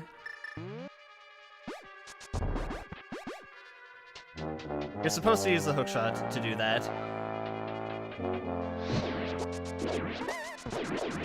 Hookshot? Where we're going, we don't need hookshot. Is the hookshot is what you did faster than the hookshot? Yeah, because I don't have to menu as much. Gotcha. Wild. Ooh. Robbie, can you explain the project? Sure can. All right, so we are the Game Brass. We have re-recorded, we've recorded arrangements of our own versions of the original music from A Link to the Past, and we've compiled it into an album. So that's up on Bandcamp right now. What we're listening to right now is we've taken those recordings and put them into what is called an MSU pack. That basically is a fancy JSON file that just tells the game, where to start and stop playing each song. And so if you get the album on Bandcamp, you get a download of that MSU pack for use in your own games, which is pretty cool. So right now we're listening to essentially a modded version of A Link to the Past with us performing in it. Yeah. Instructions for implementation are included in the download as well. So, if you get the album on Bandcamp, then you'll be able to do what I'm doing. Maybe not as fast. Yeah, you'll be able Maybe to actually faster. savor your Maybe time faster. in True. Hyrule.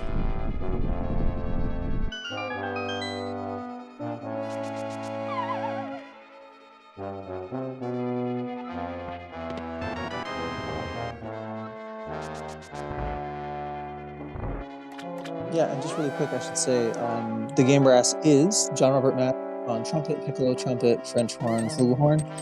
Robbie Duguay, that's me, on trumpet and flugelhorn. We have Danny Flam performing on horn, John Stacy performing horn and percussion. We have Daniel Romberger playing trombone, Hello. Alex Hill playing tuba, and we have Thomas Kresge, who is an arranger, sometimes performer, and always our mixer and engraver. So that is our band. Thanks, Cubic.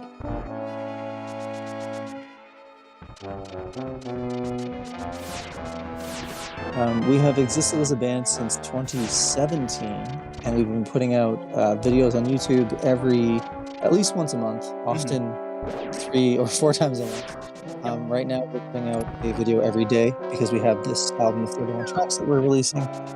And yeah, we like to do really fun, silly visual effects, putting ourselves into games or doing tricks from games in our videos. So. This is our 6th album that we've released. Our 6th album. Can you believe we're on number 6? Album this year, right? Yep. It is, which is ridiculous. We did 2 last year, and now 2 this year. It's getting wilder. It never stops. It never stops. We're working on one more that's announced still. Did I get it? I didn't get it. Dang it. Oh, yeah, our currently announced album that is in production is called Brass Effect. If you go to our YouTube channel, you'll be able to see 2 of the tracks, at least, that are going to be featured on that album. But, yeah, it's space-themed, so you've got everything from, Mass Effect and Mario Galaxy to, Earthbound and Gradius, lots of variety. There are quite a few tracks on that album. And the thing we're doing especially with this one is we have just arrangers. So we've worked with a whole slew of just very talented arrangers from all around the world. So please look forward to that. Well, thank you. I'm glad you enjoy Horns of Hyrule. This has truly been the Legend of Zelda for us. Yeah, 2 Zelda albums in 1 year. 35th anniversary for Horns of Hyrule, celebrating the launch of the very first Legend of Zelda, and then this one for the 30th anniversary, right? Today. Yep, today is the 30th anniversary of A Link to the Past, so it's pretty cool to debut our album on today.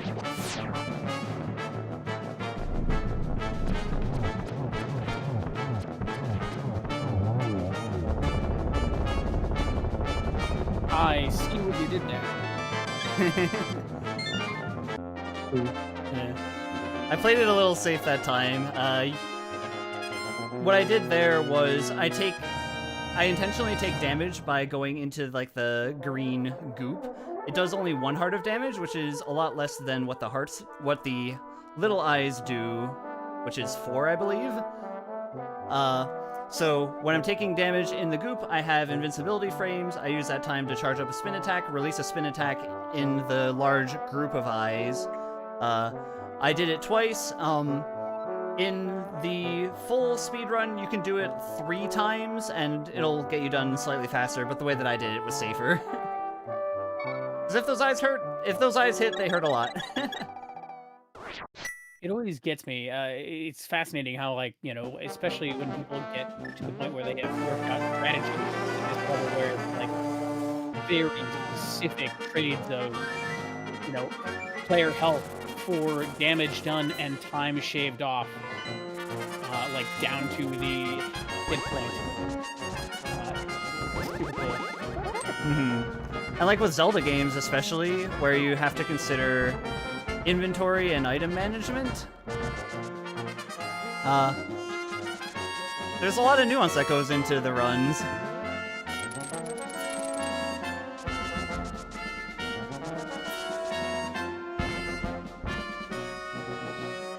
I was worried that that rock enemy was going to keep me out of the way of the door, but fortunately that didn't happen.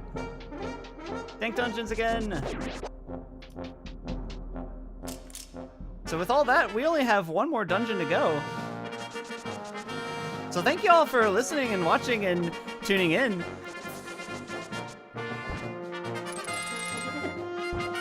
Emily, we have not gone on tours, but we have played before at things like MagFest and other things. But at present, we got nothing on the calendar.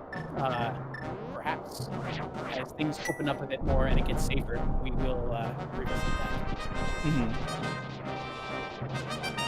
Yep, we do primarily studio recordings and have done enough of them together that we kind of have an idea of how to play together as an ensemble, even though we aren't physically in the same place.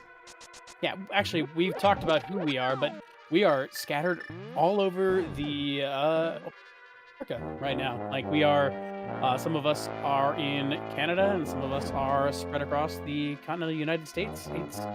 We're everywhere. But we've been working on doing studio-style recordings remotely for, since our inception, and I think we've gotten pretty darn good at it. As a result, sometimes we're working on music that sometimes takes advantage of that studio environment to achieve effects that would be otherwise difficult to achieve live.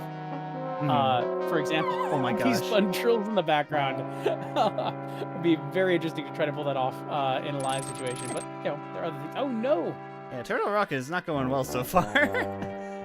I believe in Normally, you. when he uses see how he doesn't take damage when he uses the it's buckshot, an invincibility. the timing was off the first time he tried it, and so it messed it up, unfortunately. That means we'll have to be a bit more careful this dungeon. We got this. You've got this. Alright, now the most likely place that I'm going to die is in Chain Chomp Room, because I am in one-hit KO range of the Chain Chomps. Unless I pick up a hard pick right here. Nope. You can try and play it as safe as you can, but like those Chain Chomps kind of do whatever they want. Oh, nice. All right, crisis averted. They are literally chain chomp. Alright. Yeah, that's why they call it Chain Chomp Room, John. I get it. Yeah. Sorry. I figured that they would be, but I expected this late. Sorry, I have not played this much of this particular Zelda game. So. Yeah, it's all right. It's a surprising Mario cameo, right? Yeah, right. It's just like, oh, they put these guys here. Cool. Actually, it makes me wonder. Those guys were in original Super Mario Brothers, right? But on a different 2D plane. Now we're in an isometric camera perspective. This is like top down, and that's like side view. Yeah. Those are like almost a bridge, you might say, from like I guess actually because they're chains, a link to the sorry. Oh man. From I was like, where's he going with this? It sounds really cool. Oh. No, I was actually gonna do something. You're going for a pun. I realized I could make a pun, and I had to take the pun. I'm sorry, everyone. But no, it's like it's a little bit of like a visual design, like from that 2D side-scrolling stuff to the stuff you get in Mario on the N64. When you are suddenly looking at something that can be a more isometric viewpoint, depending on where you put the camera, at least. Anyway, I don't know, weird observation, not really that pertinent, but it let me make a good pun, so I'm happy. I'm happy too. I'm happy for you. Taking detours. Have you mentioned yet that this album only exists because of the pun? No, we haven't really. That's a really good pun. It's a really good pun, though. That sounds like a joke, but it's pretty much true. Yeah, so the backstory that Thomas is alluding to is when we went to go and come up with a name for Hyrule, one of the first names that came up was A Link to the Brass. And I remember saying it and being like, no, that name is too good. It has to be A Link to the Past project. Yeah, it was also like a very specific Zelda game we're referencing, rather than this, rather than Points of Hyrule, which was all the Zelda titles. So it made sense. And then we had to run with the pun. Yeah. Of course. If we're going to save a name that good, we have to use it. So here we are, 31 tracks later. Can't let anyone else get it. There's a reason our next album is a space album. Yeah. Yeah. Yep, there was a good pun for that one too. I'm opening up safety door just in case. I'll never forget being on a live stream and announcing Brass Effect and Doug Perry being in the chat saying, "Oh my gosh, you guys, do you make albums just because of a pun name?" And the answer is absolutely yes.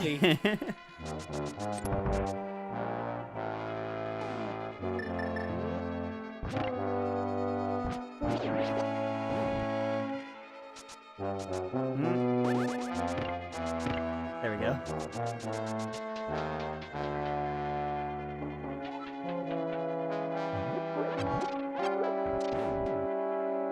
Alright, second to last time getting to hear the boss battle theme.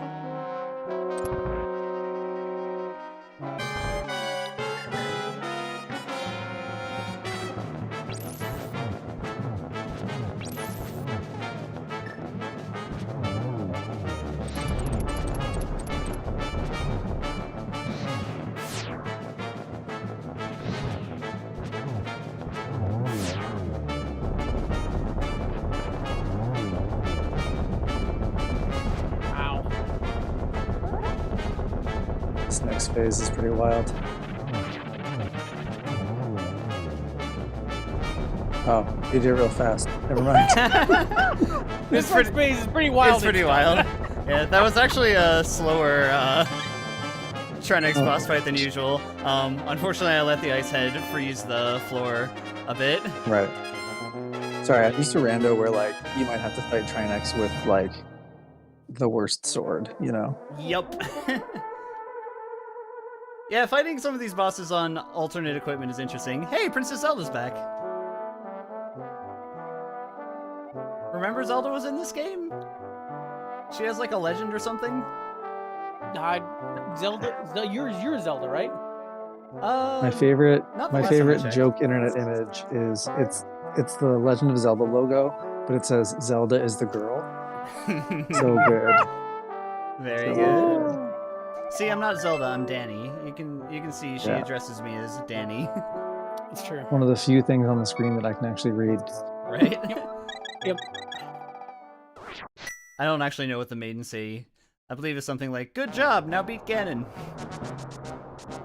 And that sounds like a good idea. I will Let's go do it. have a good job beating Ganon. Any bits of music we need to cover, or have we heard everything except for what we're about to hear? We've heard everything except for 3 tracks that we're gonna get at the credits. I can't wait. Danny! Exclamation point.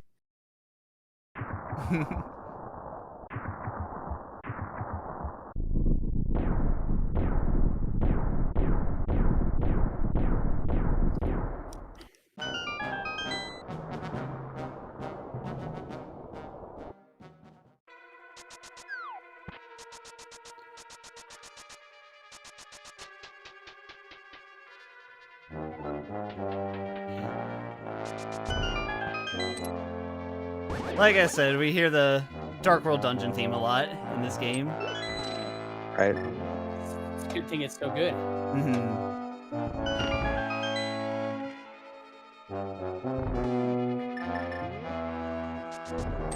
Yeah, it's hard because I keep wanting to like talk about the music, but also I don't want to talk over the music. I want people to hear it. Yeah.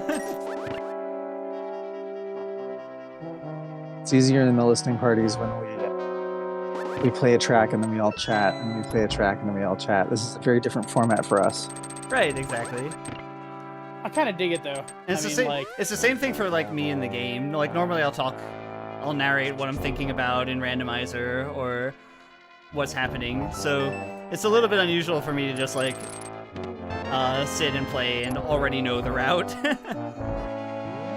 That being said, chat, if y'all have any questions about how we did any of the things that you're hearing or any of the things that you're seeing, feel free to let us know and we'll be happy to answer.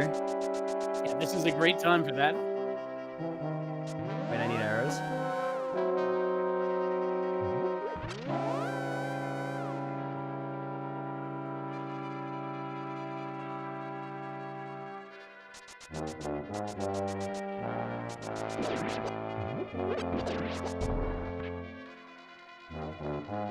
Did you just land it in the darkness where there was nothing? Yeah, so what you're supposed to do in that room is use the ether medallion. Ooh, I got hit by the poke there. The ether medallion does a bunch of fire. Yep. Or there's a torch that you can light, which shows you where an invisible path is. But it's always the same, so if you just know it, then you can just do it.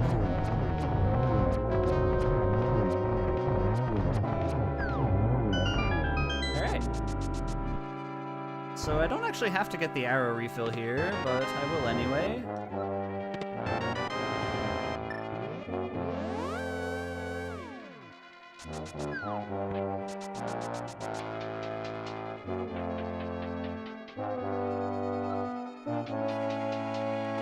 And now, the Ganon Tower climb. This is a bit of a gauntlet. I'm going to play this slightly safer than I would normally.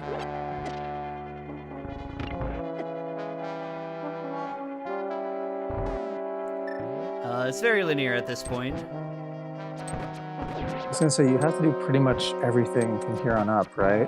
Yeah, there's not really too much that you can do that's a skip. Oh. So to answer Soup Can in the chat, Ocarina of Brass for next year. I think all of us are satisfied with the amount of Zelda we've done this last year. If you want to hear our take on Ocarina of Time, we do have an Ocarina of Time track on our previous album, Horns of Hyrule. So the other thing I'll mention is that it's not possible to use the original Ocarina of Time to do what we did with this. The MSU system is not available for that, so our hopes are dashed on that front. But that's not to say that we won't do this kind of thing again in the future, and it's not to say that we won't cover Ocarina again. So. Yeah. And if y'all have anything specific that you're interested in hearing, we have in our Discord, which Robbie you can link to again, a special channel specifically for arrangement requests and for y'all to say what you are interested in hearing. So, yeah, feel free to let us know. Aha, I was first this time. Were you? Just barely. Oh, on my chat, I'm first. Are you first in your chat? Yeah. Oh, wow. Now yours popped up. All right. On my chat, John Sorry, Robert John. is first. Ha! Pointless nonsense. Speaking All of John Robert being first, whenever we record an Oh album, no. John Robert records all of his tracks before anybody else does. He's just like so quick. I beat you on we one have of a them. whole slew of. Yeah, but what I was getting at was this last album we had like a late edition. Horns of Hyrule. We added the Four Swords Adventure track very late in the game, and so John had recorded everything, and it was like the tortoise and the hare situation. Like he was done and then didn't record the last track, and then Alex finished all his tracks and the Four Swords Adventure, and so he was the first one done the album, and John was devastated. I probably should have given up trying at that point. Just don't bother to try to be first anymore. But I do. But you make it first anyway. I would prefer if everybody tried to be first. How about that? You would. Says track producer Thomas, Yeah. who hounds us all. Please record. And somebody's got to be that guy. I Okay, appreciate you being that guy so much. Yeah, 'Cause, everybody gosh, I'm like, everybody could we needs maybe that guy. please, would it be possible that you could record sometime soon? When do you think that would be done? Etc. And it's just very. Yeah, I can't be like, guys, record. Do what you can. It's good. There's definitely a range of overachievement and procrastination In the game, brass. in the game, Brad. A wide range. But see, I kind of like at some point I do think like I always treat it like when I'm recording stuff first, it's a little bit like You're setting the template. Yeah, you get to set the tone. You get for to sure. decide how it goes. that way I don't have to like so people can listen to me afterwards and take cues from how I play it, and then I don't have to go and change it later. Usually, Well, and it's because- huge for me because like you're a way more experienced trumpet player than I am. So hearing the way that you articulate or approach a phrase really helps me when I record. So I'm not complaining. I mean, that's only because the only reason that's the case is because you're like 4 billion times the guitarist I am. So But Well, you we're not are a the game guitarist. Yeah. I Yeah, wouldn't John have- picked I up the wouldn't- guitar this year. I wouldn't have said I was a guitarist at all until like 4 months ago. So Emily Borstein on YouTube asks, what are our day jobs? I am a game audio director, composer, whatever. I work on video games all day. as is John Robert. He is also a game composer. Thomas, would you describe yourself as an orchestrator? I mean, I happen to also be a game composer now. You are, yes. Yay. But my more common job is probably orchestrating music preparation. Yep. Yeah. On whatever film, TV, theater stuff. And then our two French horn players are both professional session recordists. So Danny Here it Flam is New York Brass. Oh yeah, I guess we talked over that one. Sorry, my bad. Fine, it's the shortest track. I in the forgot it album. was coming. That was the priest, or Ganon was released by the priest. That's a good cue. How does the bird know you're there? Yeah, that's like the first time that the bird appears in the Dark World too. Anyway, I'm gonna drop into Ganon, but finish answering the question first, I think. Yeah, so both Danny Flam and John Stacy both record all kinds of brass professionally for all kinds of projects. Alex Hill is a professional tuba player, so he's currently looking for a seat in an orchestra, but yeah, he plays and records tuba. And I guess teaches lessons as well. Daniel, Hello. you do music, but also you do math. I don't know how to describe what you do. Yep, I do music recording, arranging, and composition commissions when I can, and I also tutor math. Right. Did I cover everybody? I don't remember. Yep. I think that's it. So, think the so, short answer is we're all musicians in some way, recordists and producers and composers, and yeah. Yeah. All right, let's drop in and see how Ganon's doing.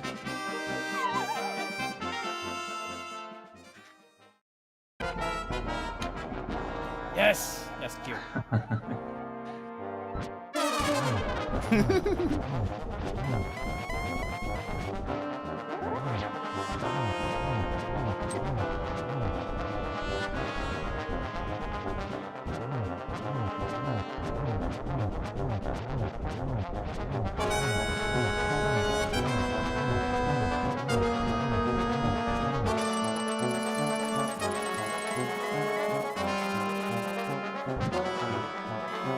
Yeah, make sure you don't beat Ganon too fast.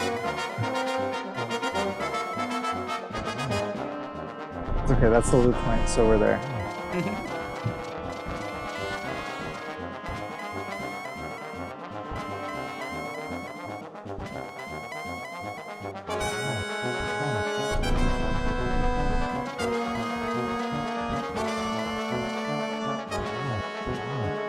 So in the regular game, you're supposed to beat him using 4 silver arrow shots, but I never picked up the silver arrows, so I'm gonna use a kind of glitch to defeat Ganon instead. Oh, the bottle's in the way. Remember that bottle that I picked up and never put anything in? He's there forever. Bothering you even now to the end of the game. Bottling. Bottling it. Sorry. The Okay. pun counter goes up. You're down, buddy. You got down to that one. But the counter goes up and our spirits go down. Yeah. So instead of using the silver arrows, what I have to do is hit him with a spin attack with this precise timing 12 times. Go, Link. Hit on the spin attack. It'll only work if both of the torches are lit up. So another trick that I had done when setting this up is called torch glitch. If you relight the left torch before the right torch goes out, then the right torch will never go up. So that both saves on magic, because you don't have to spend magic to relight the right torch, and also means that Ganon will always be visible. And Ganon's gone. Good job. Wow. Okay. All right, and so we're about to hear the 2 longest tracks in the album. They're called "Beautiful Hyrule" and "The Staff Roll," and yeah, please enjoy. They're like Yep. 3 minutes apiece. That's true. GG, Everybody, Danny. That's sit true. back and But before that, we get one more track, which is called "Power of the Gods." This one was a fun one to record because it has a lot of different tempo changes.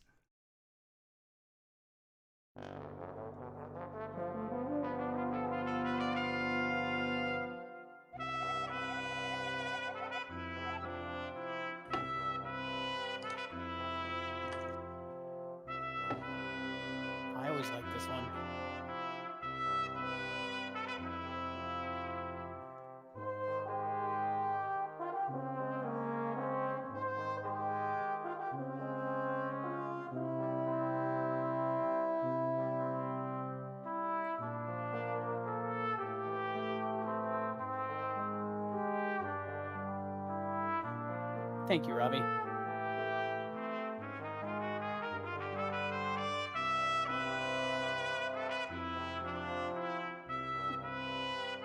I think this might have been the one that I had the most fun recording. I love this one. It's so lush and warm.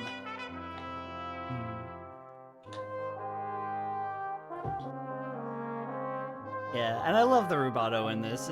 It just feels like so much like an ensemble track, as if we're actually in the same room, and has a nice ebb and flow to it. Totally. Yeah, I love this accelerometer over here. Like right here. And The way that it pulls back at the end too is so nice. Totally. I think I kind of faked it because, like, tempo. in the original, like, it has a strict rhythm to it, but it just felt. I think I had to, like, cheat it. I slowed it down in an approximation of what it felt like it should be to get to where we needed to, and that was, I think, the right call. It just, making it, smoothing out the rallentando. All right, so I'll proceed onward to the credits. We have 2 pieces back to back. I'm gonna keep pretty much quiet during the 2 of them so that you can appreciate the music there. Hope you all enjoy. Yeah, I'll just type in chat.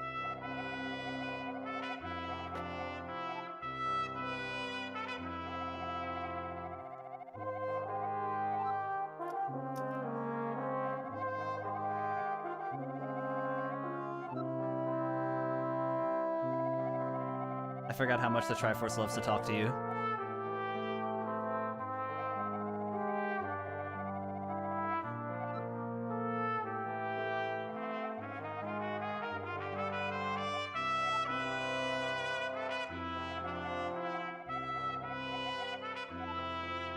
Here we go.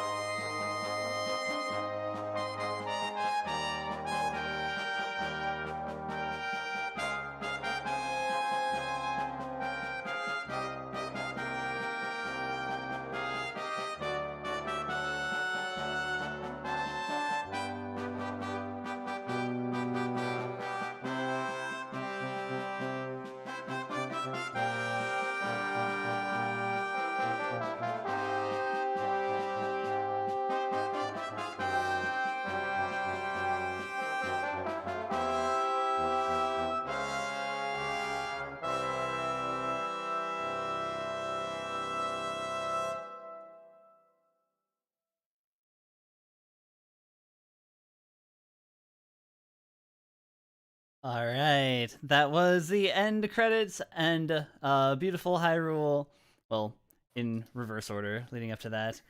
Um, those two tracks paired together are just absolutely such a treat. The staff credits that you just heard in particular, that I feel super strongly about. It's one of my favorite tracks of all time in any game for credits theme. I actually originally wanted to put that one on Horns of Hyrule, and Robbie talked me into doing Dark World. And in retrospect, I'm very glad that I did Dark World, but It's a good I piece, love this. Daniel. Yeah, I love that credits theme. And then beautiful Hyrule, the epilogue track right before that, where you get to see everyone in Hyrule just like being happy and with each other. It's just so idiomatic for brass instruments and Totally. fit like a glove for Yeah. what we were going for. Absolutely. Like, I mean, it fits the ensemble well. You've got like the lovely little antiphonal horn parts, and it's just great across the board. Yeah. And there's just so much of that, like the articulation of like the da ta ta ta ta, and it just plays so well on brass. I think in the original, it's intended to be like a brass fanfare, so it Yeah. just works so well to bring it to this live ensemble. Yeah. So yeah. Well, and that's the game. This has been a Link to the Brass, a note-for-note recreation of the A Link to the Past soundtrack brought to you by the Game Brass. The performers on this album have been John Robert Matz on trumpet, piccolo trumpet, flugelhorn, and French horn. Myself, Robbie Duguay, on trumpet and flugelhorn. We have Danny Flam on French horn, John Stacy on French horn and percussion. We have Daniel Romberger on trombone, Alex Hill on tuba, and the whole thing is produced, mixed, and mostly arranged by Thomas Kresge. Yeah. So thank you all so much for tuning in. Just a reminder that today is the release day for the album. You can pick it up on Bandcamp. If you pick it up on Bandcamp, then you will also pick up the MSU, and you will be able to play with this soundtrack in your actual video games the way that I was today. What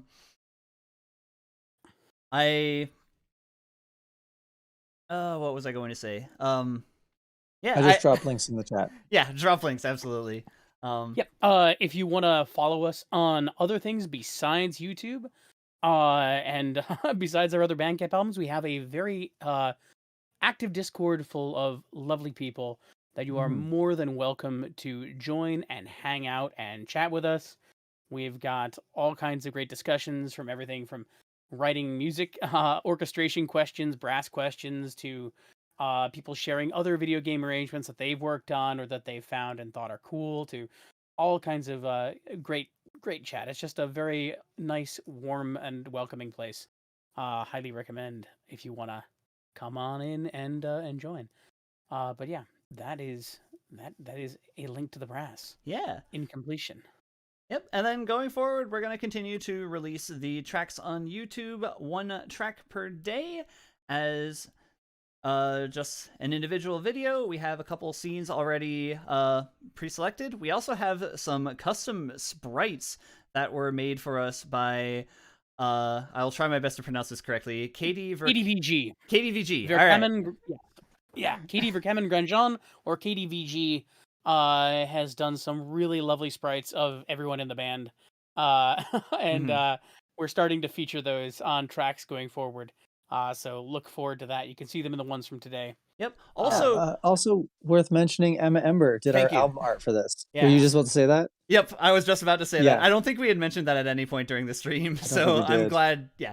Emma Ember, we had also worked with her for Horns of Hyrule, and she was also the one who did the versions of us that appear in our YouTube banner. Absolutely phenomenal artist, extremely talented, and it was a pleasure to get to work with Emma Ember again for this. Yeah. I personally have no important departing words to say, other than to say thank you everybody for listening and watching. Please check out the albums on Bandcamp. And yeah, we'll see you at the next one. Anybody else have anything to say? Just reiterating that. Thank you all for coming and watching and listening. We hope you enjoy what you heard, and We hope that our puns didn't annoy you all too much. See you at the next one. Yep. See you at the next one. Yep. Thanks for hanging, everyone. Goodbye. Thank you.